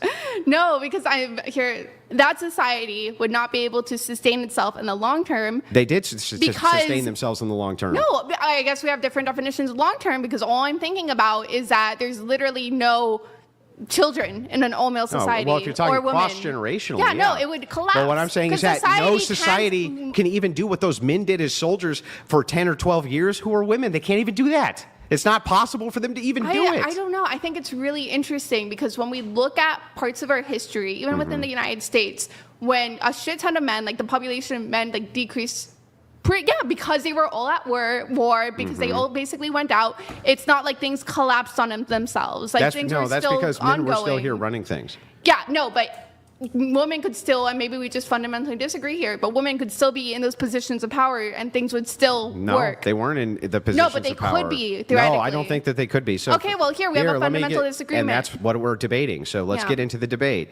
When all the men went off to war and women went and worked in the factories, they were putting screws in a fucking pack. They weren't designing the bombs. They weren't designing the Do you grenades. think women aren't capable of designing bombs or grenades? I think that they have extreme trouble with physical engineering because of their physical strength. Yeah. Okay. Do you think that the mind, I'm just really curious here. Okay. Here, do you think there's a one-on-one on physical strength and like your mental capabilities? No, of course not. Of course not, right? Yeah, what would that have to do with anything? Okay, that has to do with everything. Because if Okay. you're telling me a woman cannot design how a bomb would be because she's not physically strong enough, there is obviously like a complete No, lapse of that's not what I reality. said. Yeah, What I said- asked you, is it possible Yeah, for women and what to was my design answer? bombs? What was my answer? You said because you're not strong enough, it would be difficult. I said with what field? Applied what? But you didn't say applied anything. Yes, I said applied engineering was my exact words. You're just not listening. I am listening, and I'm pretty sure we can go back go on the back. video. I'll start I'll writing tell you down what. all the I'll tell you notes. what. You buy In and Out for the entire studio if we back this up and I said in applied engineering. Okay, let's do it. Let's do it. Where's Brian? Back it up. Go out to where did you say applied engineering specifically? If I said women have trouble and struggle in applied physically engineering. with applied engineering, yep, then you'll buy in and out for the whole studio. Yeah, go for it. All right. How long ago? This was only rewind it to a minute and a half.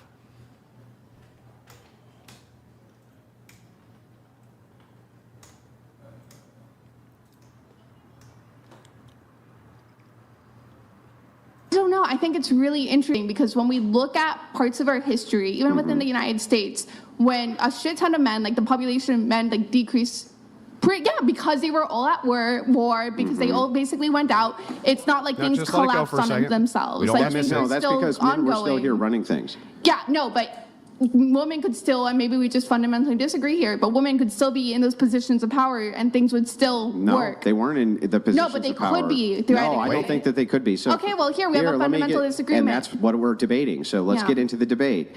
When all the men went off to war and women went and worked in the factories, they were putting screws in a fucking pack. They weren't go. designing the bombs. They weren't designing the Do you grenades. think women aren't capable of designing bombs or grenades? I think that they have extreme trouble with physical engineering because of Physical their engineering. You did not Yeah. say physical applied Okay. engineering. You said applied. There is a difference. You know, you know, you know, if we really did like a little dig research of things that's been developed, we'll be surprised. In my opinion. Women have made things. I think the problem with a lot of European men today, we have not checked the actual inventions between men and women and see what women have contributed to society in inventions. And they have contributed to some things that we use today, just like anything else.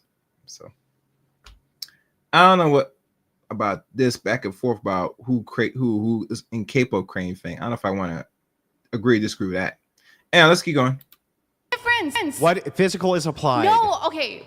You said applied yeah. engineering. Yeah, Okay. Go no. get the fucking in and out. You can't weasel your way I'm out not of this weaseling one. My way. There's a very big. That was it. Not because he did not say physical applied engineering. So go back 30 seconds, or go back 1 minute actually, right now. Want to go further back? No, I want to go now further back because he said physical applied engineering, and I said physical engineering. no. You said physical applied engineering, and then you said, oh, I never said that. Listen, you're right. I said if I didn't say applied engineering, physical engineering is applied engineering. Okay, there's a very, Okay, Needed to go back? Or? it's fine. I just need the in and out. That's what I need. There's a very when You're not getting out of the in and out. There's a very big difference between what is it? Me having to physically build a bomb Yep. versus me engineering a bomb for physical use. Can we agree with that? Yeah. Okay. So you agree women are capable of like physically What I designing a said bomb. is that women have trouble with physical engineering, which is a lot of applied engineering. Yes. Okay. I'm trying to think how to phrase this. Putting your hand on your face doesn't make you a better debater. I know. I'm frustrated. It's a because of my- destinyism. You got to stop. Next, you're going to do I the know. triangle. Do the Yes. triangle hands. There you go. Triangle hands. Yeah. Right, okay. You know, we're gonna put an end to this. We're gonna look it up and see what has been left out information wise, if all that's accurate. Let's go.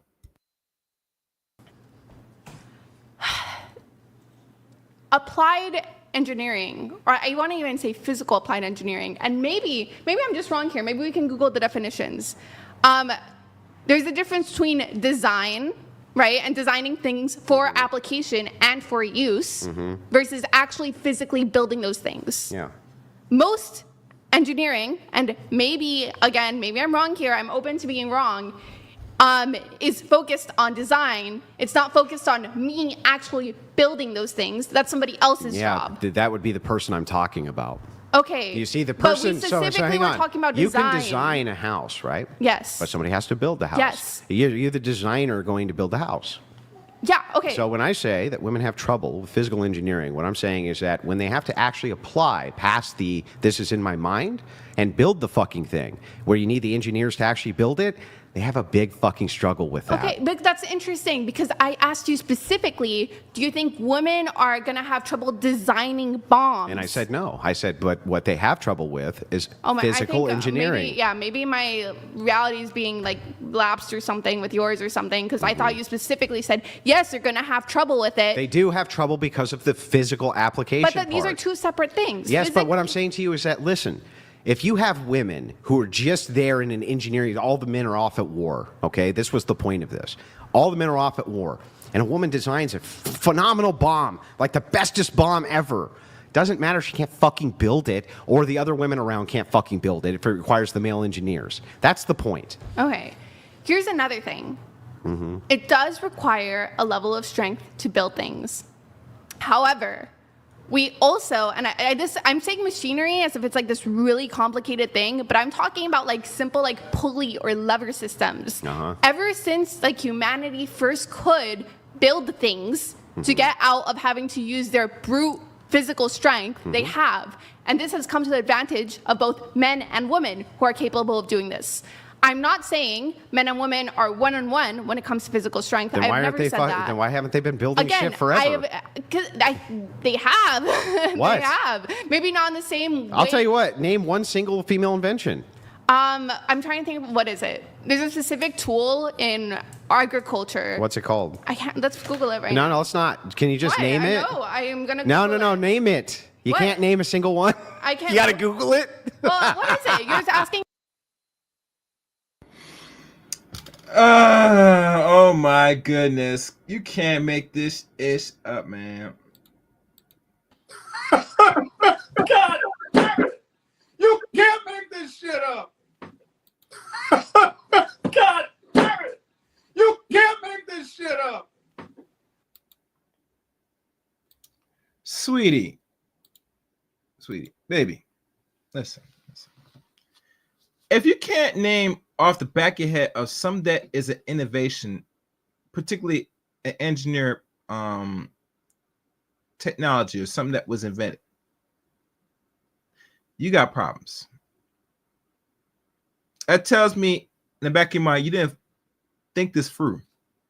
And you give Andrew the advantage to prove him right about women and innovation and what they contribute in regards to inventions and engineering. Now I'm going to read the list that I found. I'm going to double fact check, fact check it in a little bit. And when I do, I'm going to look down and give y'all the names. All right, let's continue. Very useful.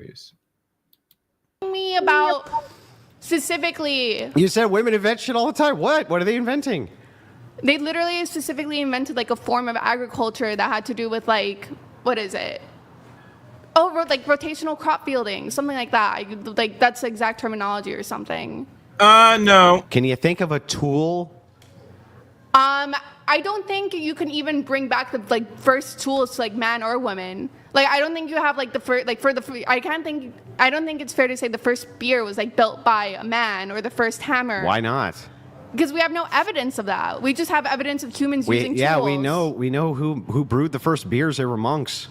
Yeah, we don't know. Yeah, but we're talking about very basic tools. We're talking about tools that either a man or woman can do. Now you're obfuscating him. No, I'm not obfuscating. Your claim was, since the beginning of time, when we figured out the pulley and the lever system, yes, which I would say we probably had access to even from an evolutionary prism for like 50,000 years or more. Sure, yeah. Okay? If that is the case, this was not knowledge which was just limited to men. Okay? So if that is the case, where's all these women building all these fucking societies knowing how to use that pulley and that lever system? Because society, well, let's start here. You do know that there are societies and that there were societies before. Like, by the way, how can you be a feminist buildings and have to Google a single female invention? I have female accomplishments from the top of my head, but regardless of that, separate from that. Okay. You do know there were societies that existed before the invention of like a concrete building, right? Mm-hmm. You do know this. Okay, cool. You know what a nomadic society is? There were? Yeah, there were. Wait. Cool. They awesome. didn't have concrete buildings? Yeah, cool. So you know what nomadic societies were? Debate over.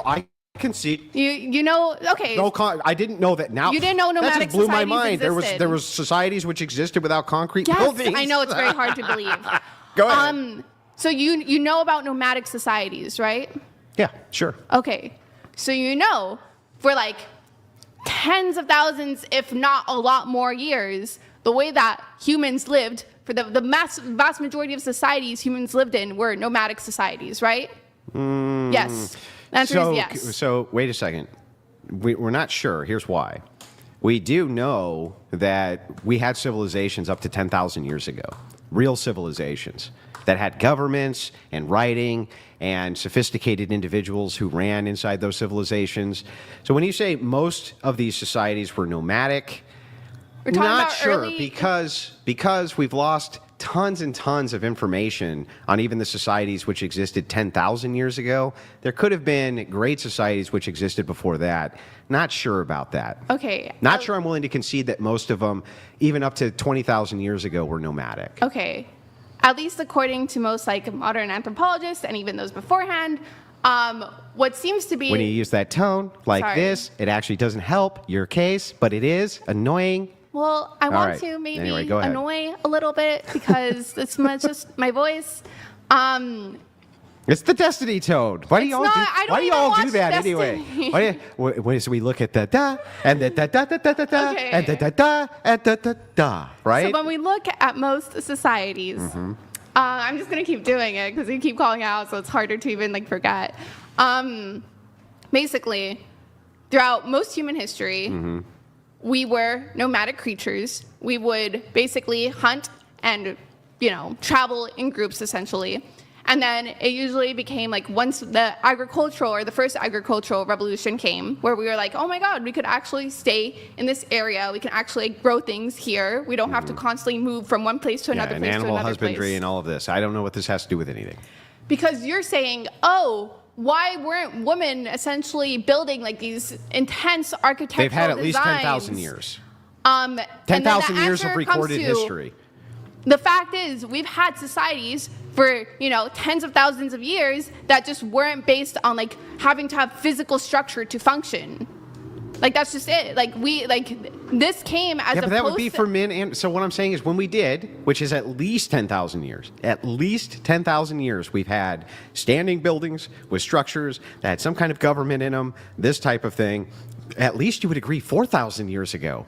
We had great structures, cities, nations, the whole 9 yards. Up to 2,000 years ago, which is a long fucking time, 2,000 years. Where's all these fucking female inventions, civilizations? Where's all these great So the answer contributions? Where are they at? Oh my gosh. Okay. What I want to say, or what I want to explain. All right. Before I let them continue, I gotta do a pause for a second. I'm seeing more people watching.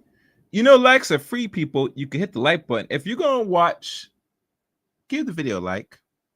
As much as I have to give commentary from time to time, I can't let this run as it is. Please, guys, like the video. It will go a long way. And please share the video if you can. So it'll be good for the algorithm. The more likes, the less I could probably give more commentary. I said to give commentary on this video because, let's be honest, this is a debate. Now, what I'm going to present to y'all, I'm not going to present personally, of the women inventions from the past century, and I think present, maybe, who knows. And I have to give the rundown because Andrew made a good point about what has women really invented. We hear she said that women contribute in science, engineering, STEM. She can't give you a name or two of what they create, which is surprising. But I have it here. So let's look at this. And you be the judge. Starting from the top. We're going to start by race. Black women of inventors. Of black women in engineering. Dr. Shirley Ann Jackson. She's the one that created what we call the Bell Lab innovation of what they call the caller ID, the call waiting, and fiber optics cable. She's the one that created that. Next, Moran R. Croak. She holds over 200 patents, mainly related to voice over IP, VoIP technology. Her works revolutionized internet-based communications. So what we have today, when we're dealing with communications here, we could thank her for that. Number 3, Marie Van Brown invent the first home security system in 1966. Next year, it will mark almost 60 years of this invention. And we came a long way from surveillance systems, for those who know. And matter of fact, her design laid the foundation for modern surveillance technology. That's something to note. Latin women or Latina women in engineering. Number 1, Ellen Ochoa, first Latin astronaut and engineer to go to space, inventing optical systems for image process using in aerospace applications. Whoa. Olga de Gonzala Sabrina helped develop the long-life nickel hydrogen battery used in international space stations. I'm not sure they use them today, but that's another story. Next, white woman in engineering. Now we're going straight to Becky. Yes, Becky and Sarah and Maris. I mean, sorry. Lillian Moeller Galbert. If I pronounce her last name, I apologize. Pioneer and industrial engineer and 2 motion studies. Her works influence modern aerodynamics and workplace efficiency. Elise Aves, first woman to earn a civil engineering degree from the University of Colorado, became the first female member of American Society of Civil Engineers. And what's those? And now we're going to go to Native Americans and Asian Americans, which I don't want to read, but they're on the list, so we have to go through. Mary G. Rose, Cherokee Nation, first Native American female engineer at Lockheed, worked on space flight and missile systems. Next, Yolanda Y. Clark, African American and Asian heritage, so she's a mix. Mechanical engineer who broke racial and gender barriers in academia and industries. So that's just the short list. Now we're going to look at the timeline.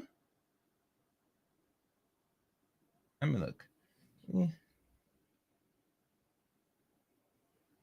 Nah, I'm not interested.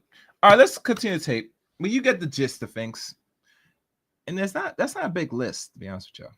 Anyhow, fair use. Is that Oh, and guys, support channel 2. The ancient world stigmatized women. well, what happened was after the agricultural revolution, what it seems to happen is that men got more control of the agricultural supply. So they gained more level and power in society to institute essentially societal rules. So if you want to talk about like why haven't women done this or why women haven't done that, well, how come they couldn't just use their big brains to stop that from happening? Post-agricultural revolution, part of the reason is men did institute these systems of power in place that benefited them. Because they're much stronger than women? Partially because of physical force. No, yeah. Well, wait. What was the other? No, let's go for it. Yeah, yes, physical because force. of physical force, because they're much stronger than women. But that doesn't mean that society was always predicated upon brute physical force. Because as we've seen before, I think we've society had nomadic right this societies. second is predicated on brute physical force. Okay. Sure, we could talk about that. Yeah, let's talk about that. Okay. So this is what we were leading into anyway. I need to clarify. Okay. You're saying, this is just how it is. This is just how it be. And I'm trying to say, no, there were, tens of thousands of years before modern day civilization where we still existed in a society without brute physical force. Where? Essentially. Nomadic societies use brute physical force all the time. Okay. Nomadic societies as a whole were not predicated on this idea of men have all this 100% control over women. What it seemed to be is that we would hunt and gather at packs. When you say seemed, I need you to take a stronger position than seemed. See, seemings are frustrating to me because I'm not really committing to this. I'm just saying, I think so, maybe. So without using the word seem, are you willing to commit to that position?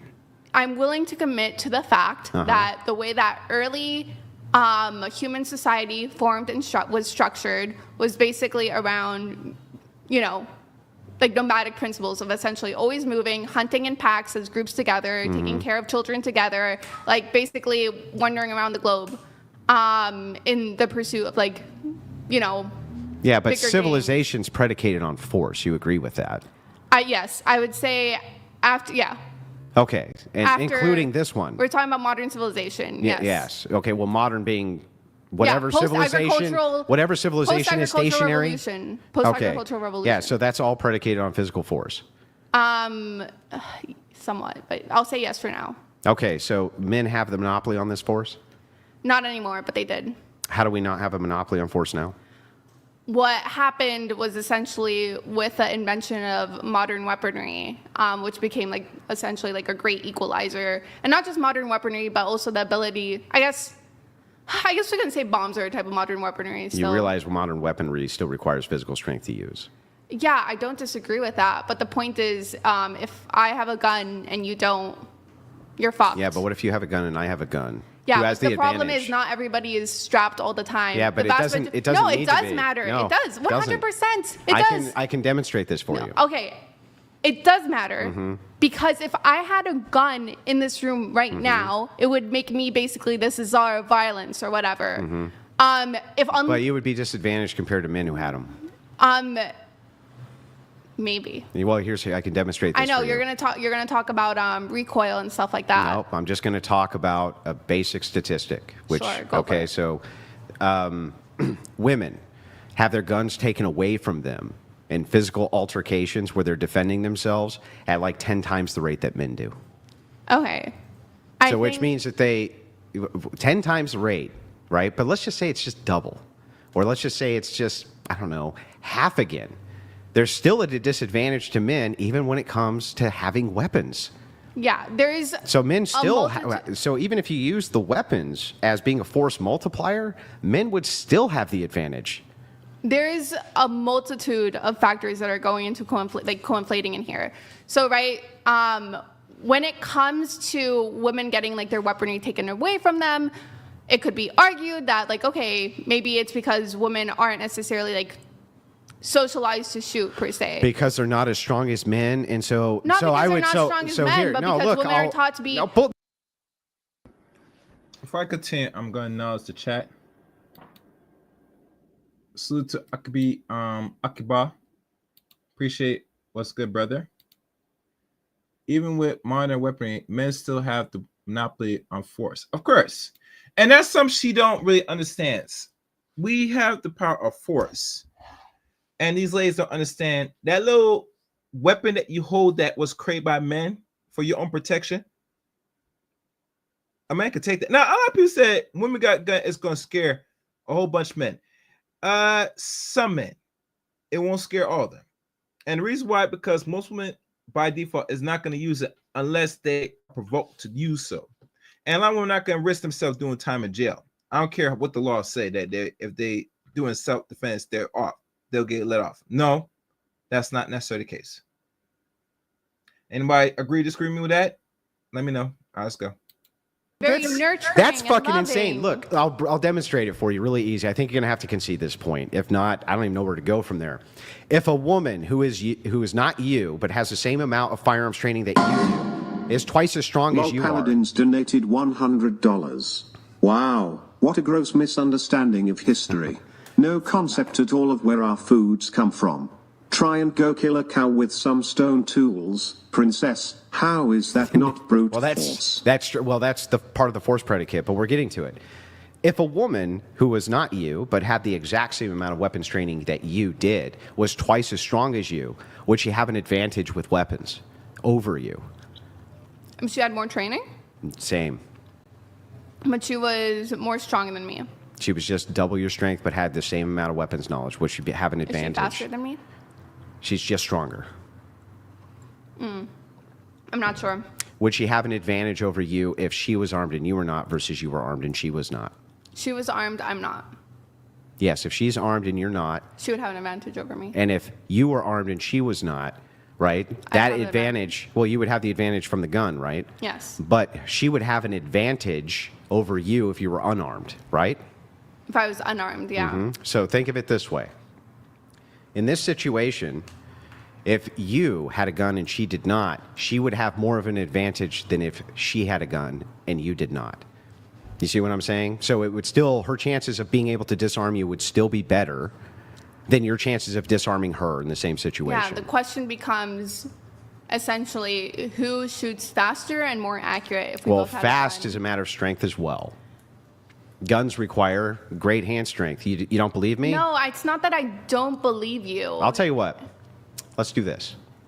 Walk me through loading a semi-automatic handgun. I'm not going to walk you through loading a semi-automatic. Okay, walk me through loading a revolver. I'm not going to walk you through loading. Walk me through I'm loading a going to- no, revolver. let me Hang on. I'm not going to walk you through anything. Okay, what got I it, will got it. tell you is that It's we look my- at Olympic it's not- level. I'm not done with the inquiry, and Okay. then you can ask me yours. Here. Can you walk me through loading a rifle? I'm not going to talk to you about Have you ever walking even used a through- gun? Yes, I've used a gun before. What kind? I've used a pistol and rifle before. What kind? I don't remember the exact kind, but none of this questioning has to do with the basic of what we were trying to get Oh, here. no, I think that it gets right to the because core what you're principle trying- of the no, force what you're monopoly. what you're trying to do is that you're trying to essentially flex. I have more, knowledge on specific Nope. gunnery. I don't care about that. Okay, what I well care then about why- is the force monopoly and your misunderstanding of it. No, because what I am trying to convey here is very simple. When we Okay. look at even like Olympic style athletes, Olympic shooting, top of the top, they're thinking about getting rid of individual gender categories because guess what? Men and women are shooting essentially almost exactly the same rate. That's because they're using 22s. Okay. The point being. Yeah, if they were using 50 caliber BMGs, you would have gender categories, I promise. Okay. The point being is that when it comes to weaponry, Nick, when it comes to the great force equalizer, unless if we are living in a hypothetical world where everybody is strapped all the time, which they are not, the person usually, even though there are exceptions, there are cases you can wrestle out the gun from the person's arm, whatever, like that does happen. The vast majority of time, the person who has the gun is at a ridiculous advantage. And who has all the guns? Whoever, like both men and women have guns right now. Who has the more most overwhelming majority, not even close? Yeah, okay. Who is it? Which one? No, you're going to be like, oh, you see, men have a lot of guns. So that's This chick is immature, man. Oh, come on, man. You can't be this goddamn naive. Answer the goddamn question. We all know in America, we have a population of, I think now we're approaching 340 million Americans. I think 80% is, I think, non-black, mostly Caucasian. Others, like, I think black people are like 14%. And besides that, we have over 400 and some million guns in this country. You tell me that the ratio between guns between the sexes is equal? Do anyone agree with this? I want to hear y'all response, guys. Talk to me, man, because this is some new information. I remember this country that there's a lot more women owning guns at the same rate as men. Am I missing something? Am I delusional? Can somebody give me the answer to this question? This is some new information. Really, real talk. This is new information. Y'all put it in the chat room because I'm not going to look this up. I think it's bullshit. I don't think. No, I know women don't got the same amount of guns as men. I don't know what the hell she's talking about. She's delusional. Let's go. This is your case for force multiplication. My case for force multiplication is one, men can build guns. Women don't seem to be very competent at building guns. We've had 3D tech for an awful long time to just build your own. They don't do it. But I'm not that's even not that sure. they're incapable well, of when you doing say it. that, right? What's your demonstration that they are? What do you That know? most women are capable of even building their own gun. I think because, very simply put, and we can Google the instructions of like how to build a gun. It's something that most people who have the knowledge and the schematics to do can do. It's not something that is like, oh no, you have to be at least 6'5" to be able to build a gun. Like that's not the case. Why do you think it is that women don't really ever build them?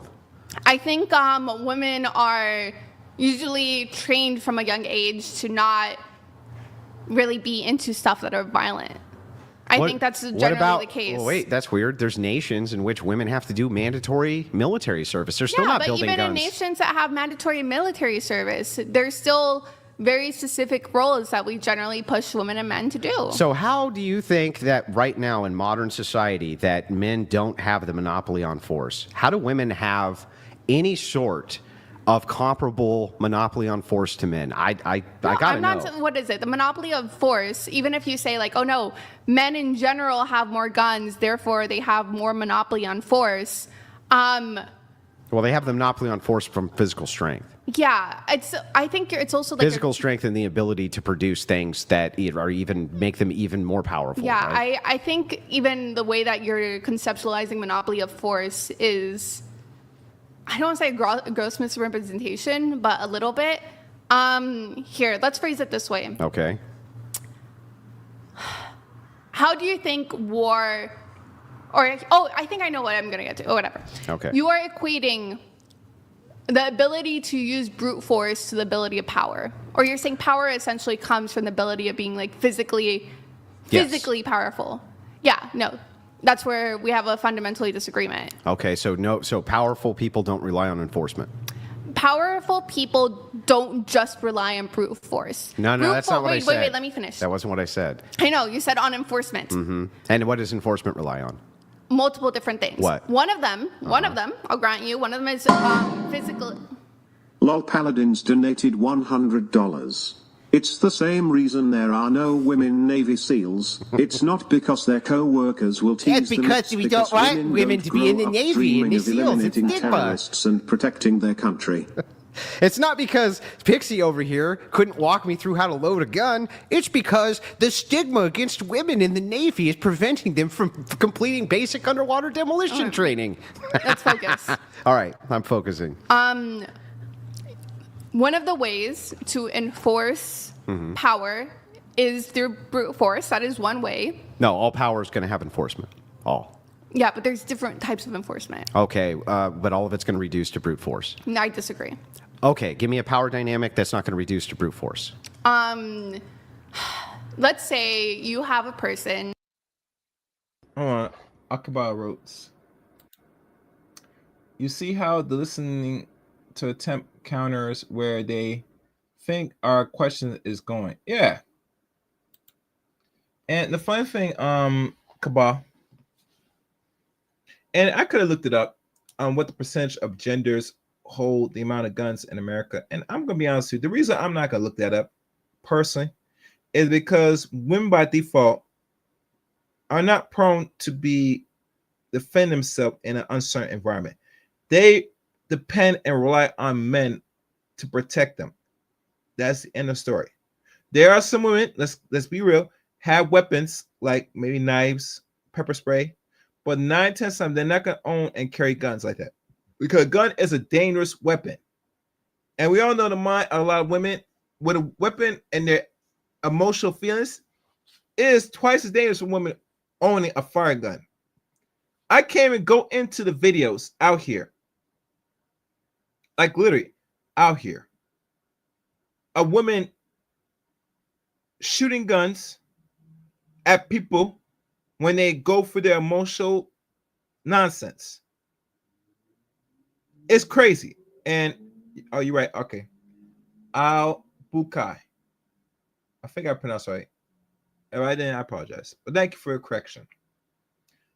And the next man wrote, women buying large refuse to defend themselves because it might hurt someone else. Yes, that's right. Exactly. Let's keep going. Very. A guy who doesn't want to pay child support or whatever. Mm-hmm. You can have the state throw him into physical jail, whatever. Or if he's, doing his job, he's going to work, you could have a social agreement with a job, essentially, to garnish your wages. So that is an agreement that technically there's no physical force involved. Oh, wait. You can just talk. That's really weird. What happens if the guy who's paying him says, I'm not going to do that? Yeah, in a theoretical world, that could result in what if he physical says force. that? But No, it's not theoretical. You're looking. Don't go. Let me finish answering the question. You're missing the force. Let me finish answering asking the question. Then you can answer it. What happens in your scenario? This is your scenario. Guy A who is the payer, right? And he is paying X to the state, says, I'm not going to give it to you. You changed my scenario. What happens to him? You changed my scenario. Yeah, well, because... you changed my scenario to something else. Wait. The thing that makes your scenario work implicitly is force. No. Yes. No. Yes. Let me finish. Let me explain. Then why would anybody pay it? Because maybe, we socially agree, the payer is like, wow, I think it's really fucked up that guy isn't paying his child support. I agree with you. I'm going to garnish his wages. He's not physically, it's a social agreement. So wait a second. I agree with you that two people can make an agreement external force. However, any agreement that they make, if there's a violation of it, it's going to require force, no matter what. Okay. But we have clearly... Which means everything that is the pinnacle of what you're talking about, any of this social contract bullshit you're talking about, physical contracts you're talking about, any contract you're talking about, if there's a violation of it, you're resorting to force. Yeah, but the point that I'm trying to get across is that I quite clearly listed an example where it is possible to enforce something without physical force. Nope. Physical force is implicit. No, there's no implicit thing. The person doesn't have to garnish his wages. The person can be like, no, you know what? Take him to jail instead or whatever. You could theoretically... That would be force. Yeah, no. But the point is, again, I think you're missing the forest. No, I think you're missing the forest of the trees. Because, all of that requires force. No, because the point is, you could theoretically have an example where none of it required force. The person just had to give me agree. that example. I literally just gave it to you, and you're like, no, there's an implicit. Because the example here of consent, of wait a second, we can make a contract with each other, and as long as we both follow the contract... But it's not even a contract, it's just an agreement. An agreement's a contract. No, but a contract basically presupposes that there's going to be some level of, terms, essentially. You get this, I get this. And if the terms get violated... Then whatever happens... Then there's force. Sure. So the thing that gives that contract validity... You can have an agreement with a person Yep. that, you basically get what you want without any implicit threat of force. You could literally have the person... pagan donated $100. The point is that the courts and then police would have to enforce the man to pay support. If refusal, they're going to jail using force. Yeah, the problem I get your argument. I'll steelman the argument. And instead of spurging and screaming, just listen to what I'm saying. I love spurging. I know, and screaming. But instead of screaming, don't be the screeching feminist for a second. I love screeching. Okay? Oh, yeah, to steelman. Lol Paladins donated $100. Perfect example, she can agree to buy you in and out by making a bad bet contract. True. But without force, she isn't ever going to actually do it. I don't think she's going to. That's the problem with bad contracts without force. Right? So the thing is I'm going to agree to this principle. The agreement of the principle is that if I agree or enter into an agreement with you of any kind, and I hold up my end of the agreement, you hold up your end of the agreement, we can have something where there's no force.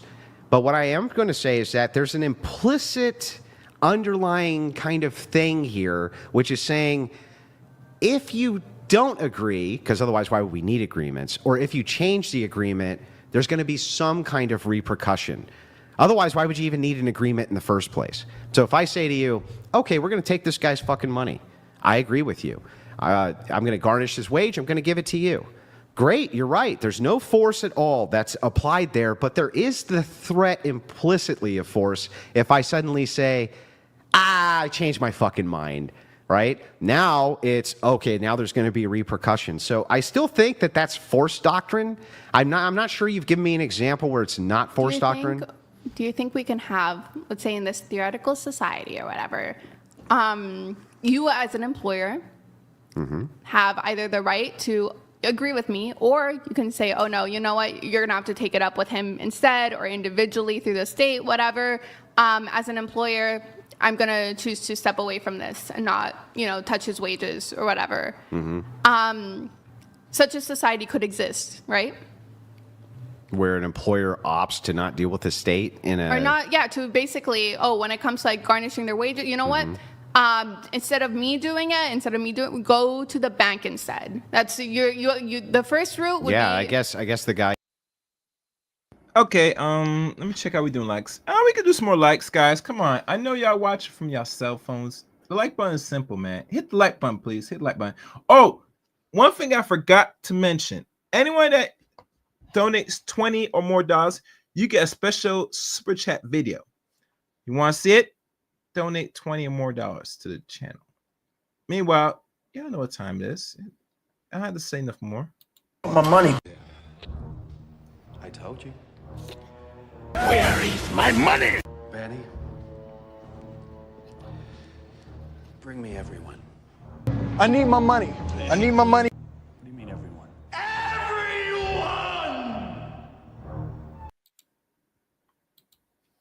Support the channel with a Cash App or Super Chat, either or. All donations are for the support of the Chaos Reign show. So please support the channel. Let's move on. Let's continue. Fair use. It could exit himself from this entire situation, sure. Yeah, okay. So, in such a society where that is an option, there is no implicit threat of force for you not agreeing with me, or for you deciding to not Well, garnish because his wages. there hasn't been any agreement.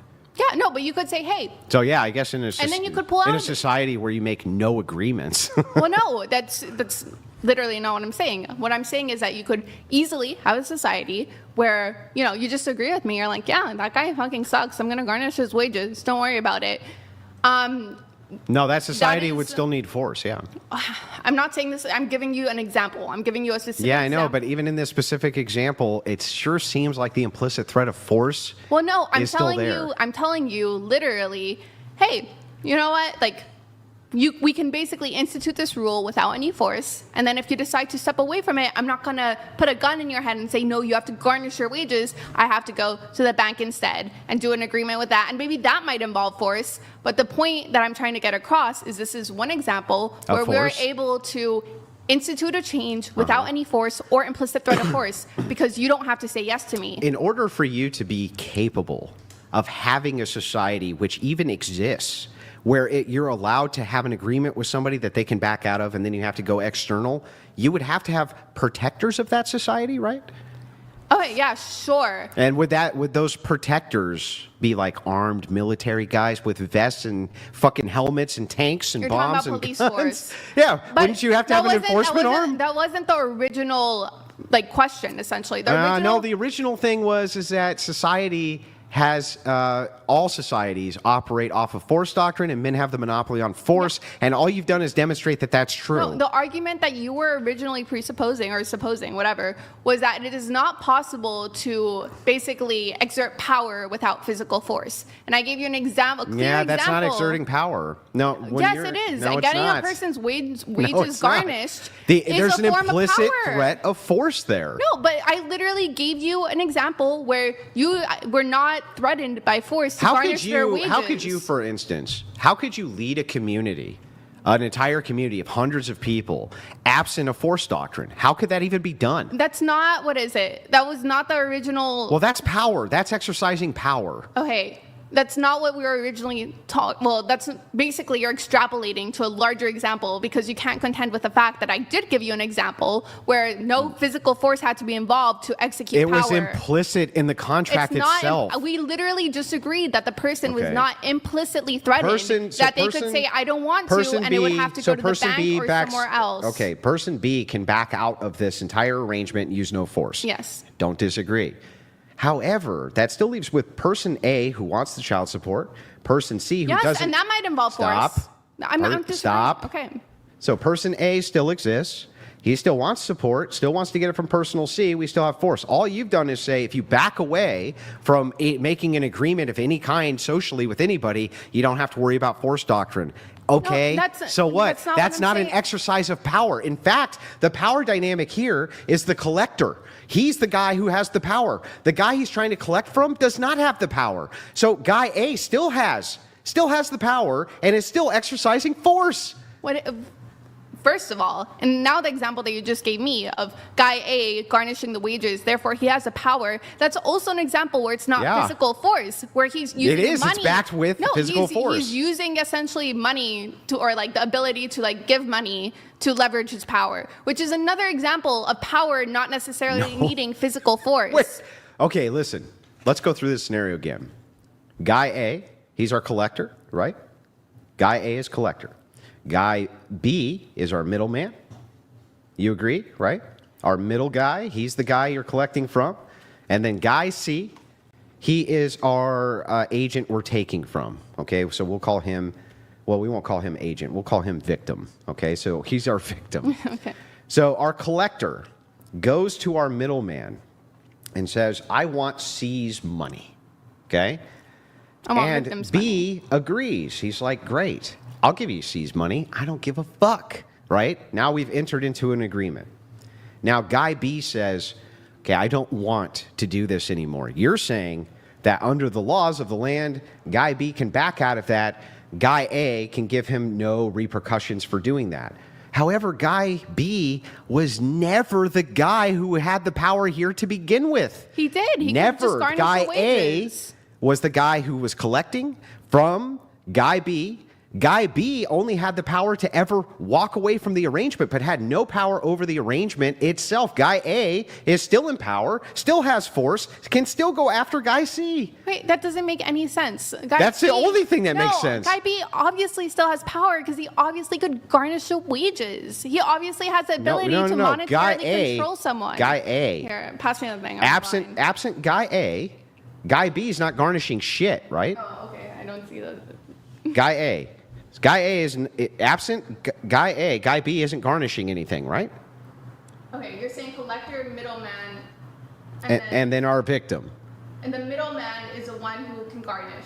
No. Guy A is asking middleman to garnish. And you're saying the middleman doesn't really have any power. Right, because the collector who's approaching him, he has the power in the situation because he's saying, even if you move away from this, I can still just directly go after Guy C. Guy B, just because he agrees to work with Guy A, doesn't actually have the power in this situation. We just fundamentally disagree here because... What? Yeah, no, we do. On what? Because the middleman has the ability to garnish or not garnish wages. That is a form of power. Okay, but being if able Guy, to execute that's the financial opposite. control over someone is a form of power Pixie, without force. This is the opposite. Guy B, if he disagrees, what happens to him? Nothing happens, as we've established here. And so then Guy A just bypasses him and goes for Guy C, right? Yeah, finds a different way to go So to how did Guy C. B ever have power here? Because Guy B can decide whether to garnish the wages And or by not. the way, if you were, let me ask you this, if you're Guy A, right, and Guy B can tell you no and you can just directly go after Guy C, why would you use Guy B? Because, as we've stated before, there's forms of executing power that don't include brute force. So brute force might be the last option. It might be not the most reliable option. There's a chance the other guy might fight back. That's why we have so many forms of power in our society that don't rely That are on all brute backed force. on brute, what? I No, can't really think of any. Money is the biggest one. Money is the biggest reinforcer. Money is the one that is like most easy to control and manipulate other people with. Utilizing incentives, right? I agree that you can accumulate some kind of power, which is then going to have some kind of enforcement arm to keep no matter what. There's no power dynamic I can think of that's not going to require some kind of force or enforcement. Even you getting divorced is going to require enforcement. Even you having child custody is going to require enforcement. You driving down the street requires enforcement. You sleeping at night requires enforcement. Everything you do has an enforcement arm behind it. Yeah, I think or maybe our major disagreement, or I'm not even sure anymore, but basically, there are forms of executing power that don't rely on brute force. Now, if you don't get what you want, you might eventually end up doing brute force. But there are still ways of controlling other people that don't involve a gun to your head. I'm not saying that you can't make incentive programs or agreements which people can follow or that people will volunteer for. What I'm saying is that there's no power dynamic that I'm aware of where force is not implicit. If the contract is broken, or I can't use money, or I can't get you to agree, then we use force. Otherwise, we would have no criminal element. We just bribe them out of being criminals, right? And you can't do that. You can't bribe everybody out of being criminals. You got to still, because no matter what, even in your communist, socialist utopia, where everybody's singing fucking Kumbaya and they're all, playing guitars around trees, there's going to be some fucking element there which is going to require enforcement no matter what. Yeah, I think... And who are those people going to be, do you think, for the most part? Men or women executing that enforcement? Yeah, it's basically the people who hold weaponry. So if the vast majority... Oh. Yeah, no. Oh, it's the people who hold weaponry. Yes, it is. Because as we've stated before, for the vast majority of cases, even though, yes, women might be more likely to get wrestled out, it doesn't matter because the vast majority of cases, the person who holds a weapon is a person with advantage. So let me ask you a question. All right, I see some more comments. Let's look. Curtis writes, the problem here is that she sees money as having inherent value that everyone inherently agrees to inherently follow. Yeah, that's her problem. That's a big problem. She is, of course, wrong. Yeah. You gotta understand, gentlemen, most of these ladies today get their logic, get their thinking from the actual school system that they serve, which mostly is predominantly the institution we call college. And I'm not sure what and how far her education is. They says she has 3 degrees from what I'm hearing. I don't know what the degrees she had, but this is a woman that, and I'm not sure she reads books on a regular, like books that make you think and books that questions things. In my opinion, I think she's heavily programmed. Even go as far as she is indoctrinated from her logic, though. All right, let's see. Let me see what else is written here. All right. And Curtis writes, men hold weaponry. Women do not want to hold weaponry. Sometimes men do not let women hold weaponry. Yeah, and we shouldn't, because we see how they conduct themselves with holding a deadly weapon like a gun. Let's continue. Ferris. Let's assume for a second that you are in charge of a prison, right? Each one of your prison guards, they have a weapon, right? In this case, a fucking club. And some of them who sit up in the guard towers, they have rifles. That's true, okay? And what their job is to make sure that this collection of really, really strong fucking men who are in there for a variety of very violent crimes, they were kept under control and guarded day and night.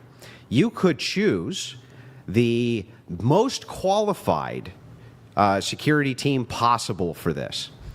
The women are just as trained as the men as prison guards, right? They have the exact same amount of training, the same skill set. Would you go with all women or all men? This is okay. Obviously. This is okay is not an argument. No. To me, this is just what is it? The deflection, or I'm not sure if deflection is the right word. The point is, as we've stated before, when it comes to brute physical strength, or even said it's the weapons that matter. Let me finish. Even weapons that do include a greater amount of strength, they're not great. Yeah, but no, there's a huge difference between me having to sway around like a javelin or something. Let's use something like that as an example, versus me, but it still just requires a level of strength, but being able to shoot somebody from across the room. Oh, really? So yes. You don't have to carry ammunition, magazines, tactical vests, sidearm, helmets. You don't have to carry hundreds of pounds of equipment with you while you're using these weapons that you don't have to swing. Through you. Mm-hmm. The chances, no, that's not the point. Yes, it is the point, because the vast majority of people, once that bullet fucking goes through you, you're gonna be the down. The point here is you're gonna be down for the count. Which sex is more capable of handling these weapons, and so thus will always have monopoly even with weapons. When it comes to weaponry itself, this is another thing. Let me finish my turn. Inside of a prison, for instance, you have guards who hold Mini 14s. Okay, Mini 14s do require some strength to wield accurately. And you're going to be loading up fucking magazines. It takes a lot of hand strength. Ulysses the Pagan donated $100. Pixie is hung up on, enforcement doesn't mean exclusively physical force. If you get a speeding ticket, the courts have the enforcement power to compel to pay. Refusal then brings involuntary compliance. But that is physical force. So actually, that is a physical force example. If you refuse to pay, we're going to use physical force to make you pay. But here, when I'm talking about inside of a prison, you think that guns themselves are just, I have this lightweight little tiny gun. Well, then what are you trying to say? No, what I'm trying to say is that for the vast majority of people, if a person is weaponless and another person has a gun, specifically a gun, the person who does not have anything is at a disadvantage. Yes, but I don't even Lol disagree Paladins that that's donated true. $100. Sorry in advance, but all women understand this. I'm a big strong man. I want Pixie. The only thing keeping you safe from me is force. Right.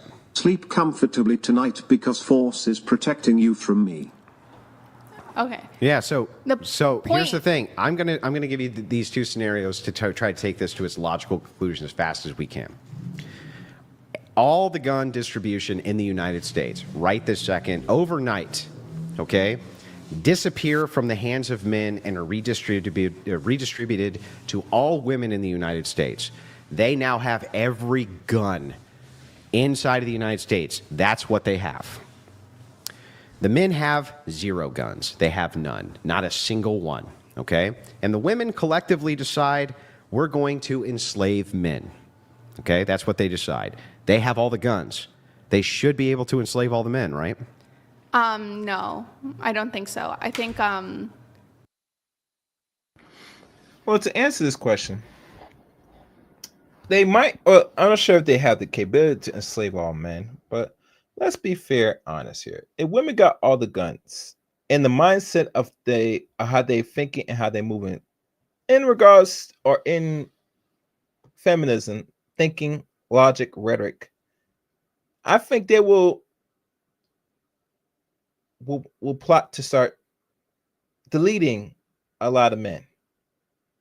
And I mean, delete them in a way where they want to remove as much men possible, so that way they could be the ones to enjoy and have engaged in a lot of degeneracy with other women, in my opinion. That's just me. If they have all the weapons. So, all right, let's keep going. but I don't think it's the other way around either. I think there's a reason. Triangle. I'm doing the Sorry. triangle. There's a reason why even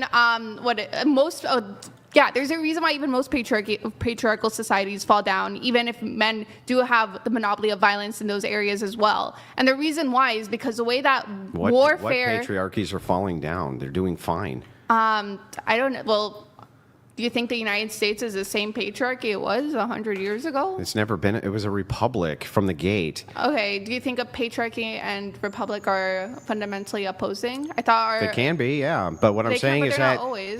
this wasn't set up as a traditional patriarchy. This was set up as a weird, kind of bizarre Protestant Enlightenment experiment. Yeah. Has a patriarchy ever fallen down before? Well, yeah, but there's only ever been patriarchy. There's never been No, but real there's matriarchies. I'm not saying it has to be matriarchy. Then I'm just saying it's like So I mean, no if the longer pool a is 100% patriarchy. and some of them fall off, I don't even know how that would make your I'm point. saying it goes from a full-on patriarchy to basically a much more egalitarian society compared to before. I don't know that you can even avoid patriarchy. I have fundamental disagreements that a society can even exist really absent of patriarchy. But let's get back to this. Wait, sorry. Can a No, society you become can't. less I'm not going to let you deflect. Okay, Why I'm gonna is write it this that down. the collective of all women inside of the United States, if they had firearms and decided to enslave men, why is it that they couldn't? I don't think either way. Maybe temporarily. But I think that would fall definitely apart. men could do it. No, I think again. I can give you think- societies wait, right let me now where finish. they've done it. Yeah, no, let me finish. Okay. I think it would be possible temporarily to enslave maybe the other half of the population, but the way that most warfare works out is not even brute force, brute strength. I'm going to give you an example. Okay. The United States in the 60s against the Viet Cong, the average American was a lot better nutritioned, stronger, even the scrawnier ones, whatever, than the average Viet Cong person. That is incorrect. I do not believe that's incorrect. Not You can only is that search that up right now. Well, go ahead.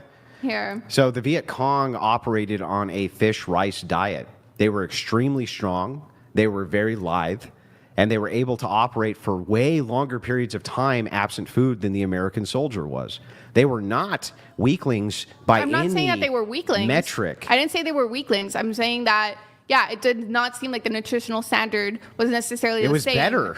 I don't know about that. Rice and fish? Here, can you guys go? Are you serious? Rice and fish? Yes. That's like the staple for how these people live to 120 years old. Regardless, we could use another example. Okay. We could say the average American soldier versus the British Army. That's another example. You mean when?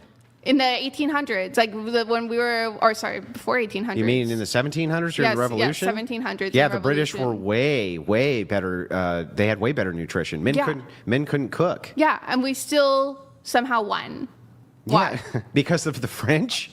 Yeah. Okay. Yeah. Not That just had that. nothing to do with it. Not French. just that. But also because of the warfare that we were doing specifically, and we could not just like basically. We lost every major battle in the war almost. The only reason we ended up winning is because the British were fucking sick of sending troops all the way to fucking North America. That was it. It was if there wasn't a vast ocean, there wouldn't be this would be a British colony. What is it? I'm pretty sure there were various battles the United States won, significant battles. There were, but I'm saying in almost every engagement. Let me finish. Because I know. Let me finish.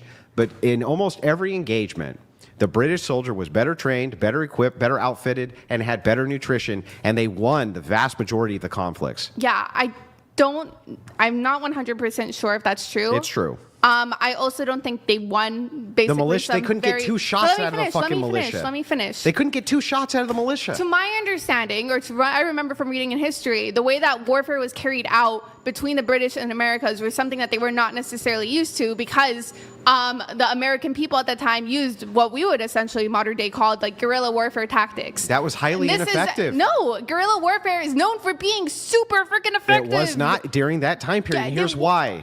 I'll explain to you why. Can I just finish talking about guerrilla warfare for 1 second? Even though in this particular case you brought up, it's not really a very good example. But I'm not. Oh, the Native Americans were great at guerrilla warfare too. What happened to them? Yeah, no, but it seems like a lot of Native Americans died because of straight up disease more than anything else. That's true. I agree. Like I said, at least she's knowledgeable on certain history, so I give her credit for that. Let's continue. It seems that when it comes to guerrilla... I don't know about that seems. Can we make a committed statement? Yes. Guerrilla warfare tactics are highly effective, especially against traditional militaries for a variety of reasons. Mm-hmm. The point that I'm trying to get at is that modern warfare is not even 100% like brute physical strength, even machine strength, not necessarily. Which I'm sure that we could agree that the Americans, at least in terms of like machinery, were much better equipped than the Viet Cong. Nope. Okay, well, they were better equipped in some ways. They had helicopter tactics, but they also had Agent Orange. They had M16A1s. These were invented by Eugene Stoner, and they didn't fucking work. And the Viet Cong and the Vietnamese running around with SKSs and AK-47s had an advantage for 2 years of the war because of that. So no, our weaponry was subpar going into the war from an infantry standpoint. Miss Martians writes, thank goodness that's some dumb BS dog, not my toy BS. Ain't next in line. Yeah.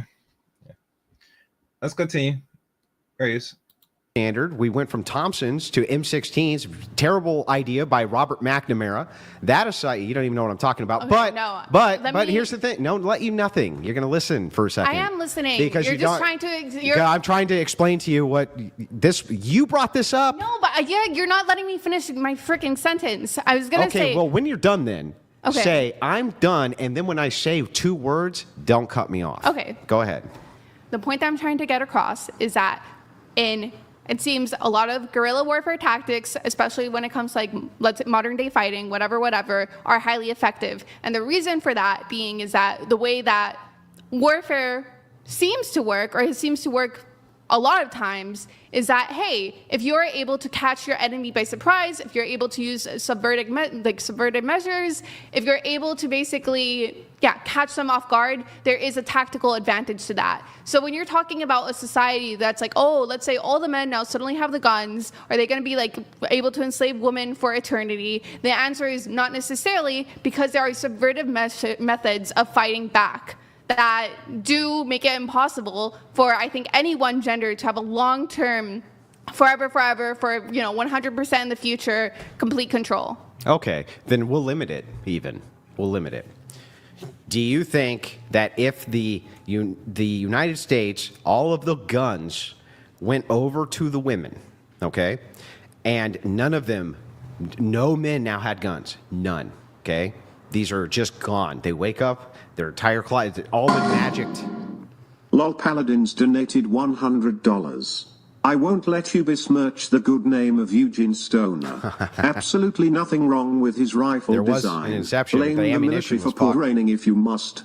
Much like women, lubrication is key. Nope, that's not true, Lil Paladins. They had the wrong ammunition for the gun, and there's a whole tale of it. You should read Robert McNamara's memoirs on it. He really fucked things up when it came to the distribution of the M16. But that aside, doesn't matter. Back to this. The question is, all women wake up, they have all of the arsenal of all of the men in the United States. They're not looking to enslave them. They're going to take them all out. That's what they're going to do. They're going to take them all out. Versus the opposition of... See, Andrew speaks bold. And he came to the point I concluded, if a lot of women own all weapons and no men own the weapons, a lot of women will be taking a lot of people out. So he does agree with me with that one. Ironic. Let's continue. Men collectively wake up one day in the United States and they're going to take out all the women. Do you think that women would be able to accomplish this? I don't think either. Yeah, no, they wouldn't. I think that men could accomplish it. I don't think men could. Okay, so tell me what the barrier would be if men collectively woke up tomorrow with the weapons that they have available to them right now and decided to wipe every woman off the face of the United States. What would actually be the barrier there? I think what would end up happening, God forbid, this is such a bleak scenario. You'd probably end up having a shit ton of women doing, or men, whatever, whichever one you want to do, essentially like using guerrilla warfare tactics to fight against the other half. So whether that means making like homemade bombs, whether that means, I'm not joking, the fucking Molotov cocktail, like, what do you you don't have to laugh at me. Do you think that women are going to be making pipe bombs in their kitchen while men are walking around taking them all out? No, I think if we're gonna create an absurd scenario where half of the population wants to actively kill the other population with guns, I think people are going to take extreme measures wherever they can to protect themselves and to fight against the other half. And so do you think that if men collectively had that will to do that, right, that's all they wanted to do was just take out the other sex, right, would they accomplish that feat? Or do you think that women would have a good fighting chance? I don't know about a good fighting chance, but I think that there is going to be a percentage. Well, I don't think it's going to be ever possible to completely holocaust the other gender, just because in terms of numbers. Don't use that word. You know better than that. Wait, no, I mean, you would be purposely eliminating. Yeah, I know, but don't use the word. Just don't use the word. Use any other word but that word. Was it because of TOS? Yeah. Oh, sorry. Yeah. So anyway. So I understand they want to G-word the other sex. I understand that you don't think that that's possible, but please engage with it. Yeah, I'm even engaging hypothetically. I'm saying like even in these hypotheticals, I still think because of the amount of women and men there are. Lol Paladins donated $100. Yeah, I know. If I was men just about wanted to get to the Middle suppress East in a women, second. it's exactly what did happen in Afghanistan as soon the US left. Yep, took away the rights. their rights. And there's nothing they can do about Islam it. is right about women. Joking, maybe. That's absolutely what happened. Whenever men have collectively decided to take away women's rights, they don't have rights anymore. That's it. Okay, and but hang on. Okay. Before you make but long term, there could be social revolutions. I'm going to go ahead and agree. There could be social revolutions where you change men's mind. That's why I'm asking specifically about intent. Men's minds in this scenario can't be changed. They have decided you need to be a second-class citizen forever, and that's all they're ever going to think forevermore. What could women physically do about that? So what I wanted to bring up, or what I'm going to bring up, is that now these scenarios have fundamentally changed. There's a difference between I'm going to try to G-word an entire population and I want them under my subservience. Either way. There's fundamental differences here. Then engage with both. I don't care. Okay, it's going to be the same answer either way. No, because the fundamental difference here is that when it comes to the second one, you are forcibly trying to keep women alive, to have them be the second-class citizens. Yeah. That is the scenario where you end up with basically women Potentially, not always, but poisoning the shit out of men, essentially. Oh, no. Or finding subservient measures, not subservient, basic, yeah, subservient. Oh, no, not a couple of poisoned men. Not just a couple. I mean, there's a reason why it's hard to figure out the amount of women who are serial killers, and when we even find them, the number is like extremely high. It's hard to find out the number of men, too.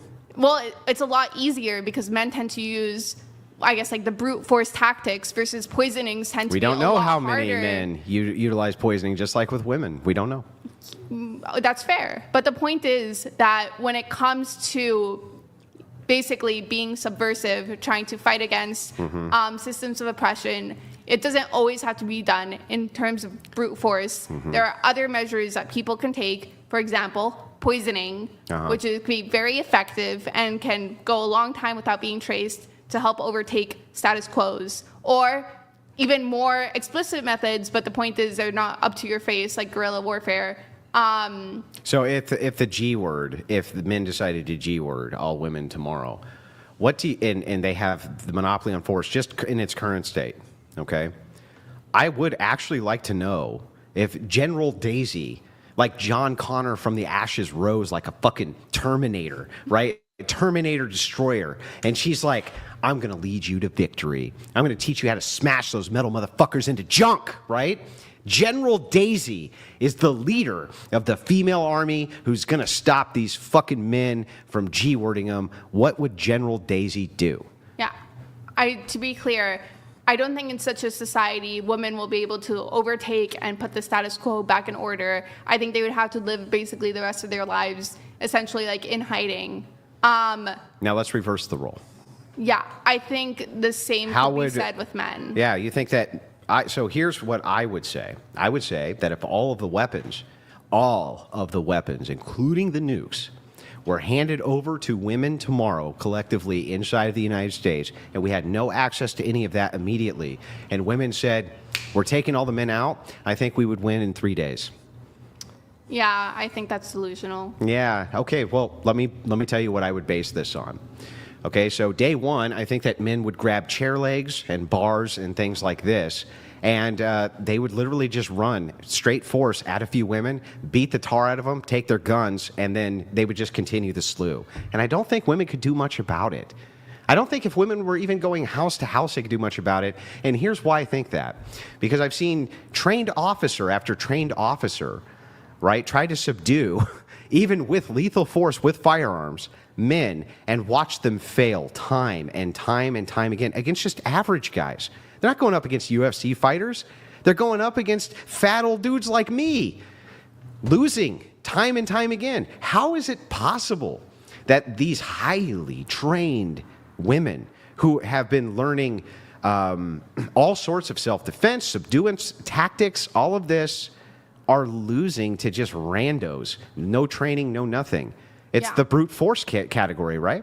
I think there's definitely cases where, women lose control, like we stated before. I think there's also probably a vast more majority of cases where women are just either shooting or incapacitating the guy or killing him. So just because there's some examples of women losing control doesn't mean, again, as we've stated before, the vast majority of female officers have a hard time subduing male suspects. It's not that the point is the vast majority of women with a gun, even with like a male suspect or whatever, if they use a gun, the male suspect is going to be hurt. No, even in the cases where they're in for the purpose of lethal force, they still often get subdued and have their firearms taken away from them. What is exact percentage? Because last time you said, or maybe I misunderstood when I can pull up the exact percentages, but yeah, let us be highly charitable. Highly charitable, and just say it's a lot more. A lot more could be 10%, let's say. It's probably way higher than that. I don't know off the top of my head, but you would at least agree it's got to be at least 10%. Just for the sake of this argument, let's say 10%. Yeah, it's at least 10% of them more than the men who get subdued. That's enough of an advantage. I mean, that's really all you would need is 10%. Yeah, I also think... Now, let's apply that also to the fact that most women, like you, couldn't tell me the process to even load a firearm. So even if their collective will was all to take out the men, I don't think most of these women could even use the guns that magically appeared for them. All right. I gotta stop right there. It's been going long enough. Andrew made a good point in the end about women and weapons and stuff.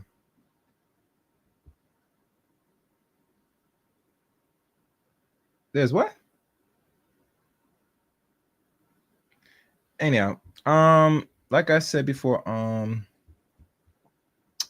overall, and I might do a part 2 of this because I think this conversation they have back and forth is actually vital. Now I think about it, it's a good conversation. I'm shocked. I think he found a woman that knows a little bit what she's saying to a degree. I think she's not read enough. I think she's going based on her education, and it's very limited in my opinion. But you know, we shall see on the next episode of this. Looking forward to hear y'all thoughts so far. If you caught most of this stream, leave your thoughts in the comment section below of this stream. Oh, also please give a like as well in this video, and links to follow me are in below. You can follow me on Twitter at Chaos27. You could join my Discord service. You could also follow me on Facebook, Eric Ring on Facebook. Follow me on Rumble, CRain23 on Rumble. And last but not least, please become a member of the Chaos Rain Show. Membership always got perks, guys. I sure appreciate it. Thank y'all for watching, listening. And till next time, with all my heart. Let the chaos reign.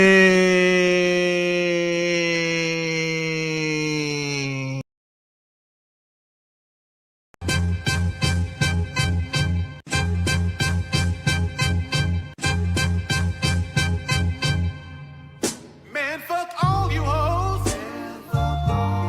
Fuck you and your mammy and your granny too. And fuck all you hoes. I'm sick of this shit. Fuck all you hoes. And fuck all you. Don't give a damn, bitch, what you wanna do. And fuck all you hoes.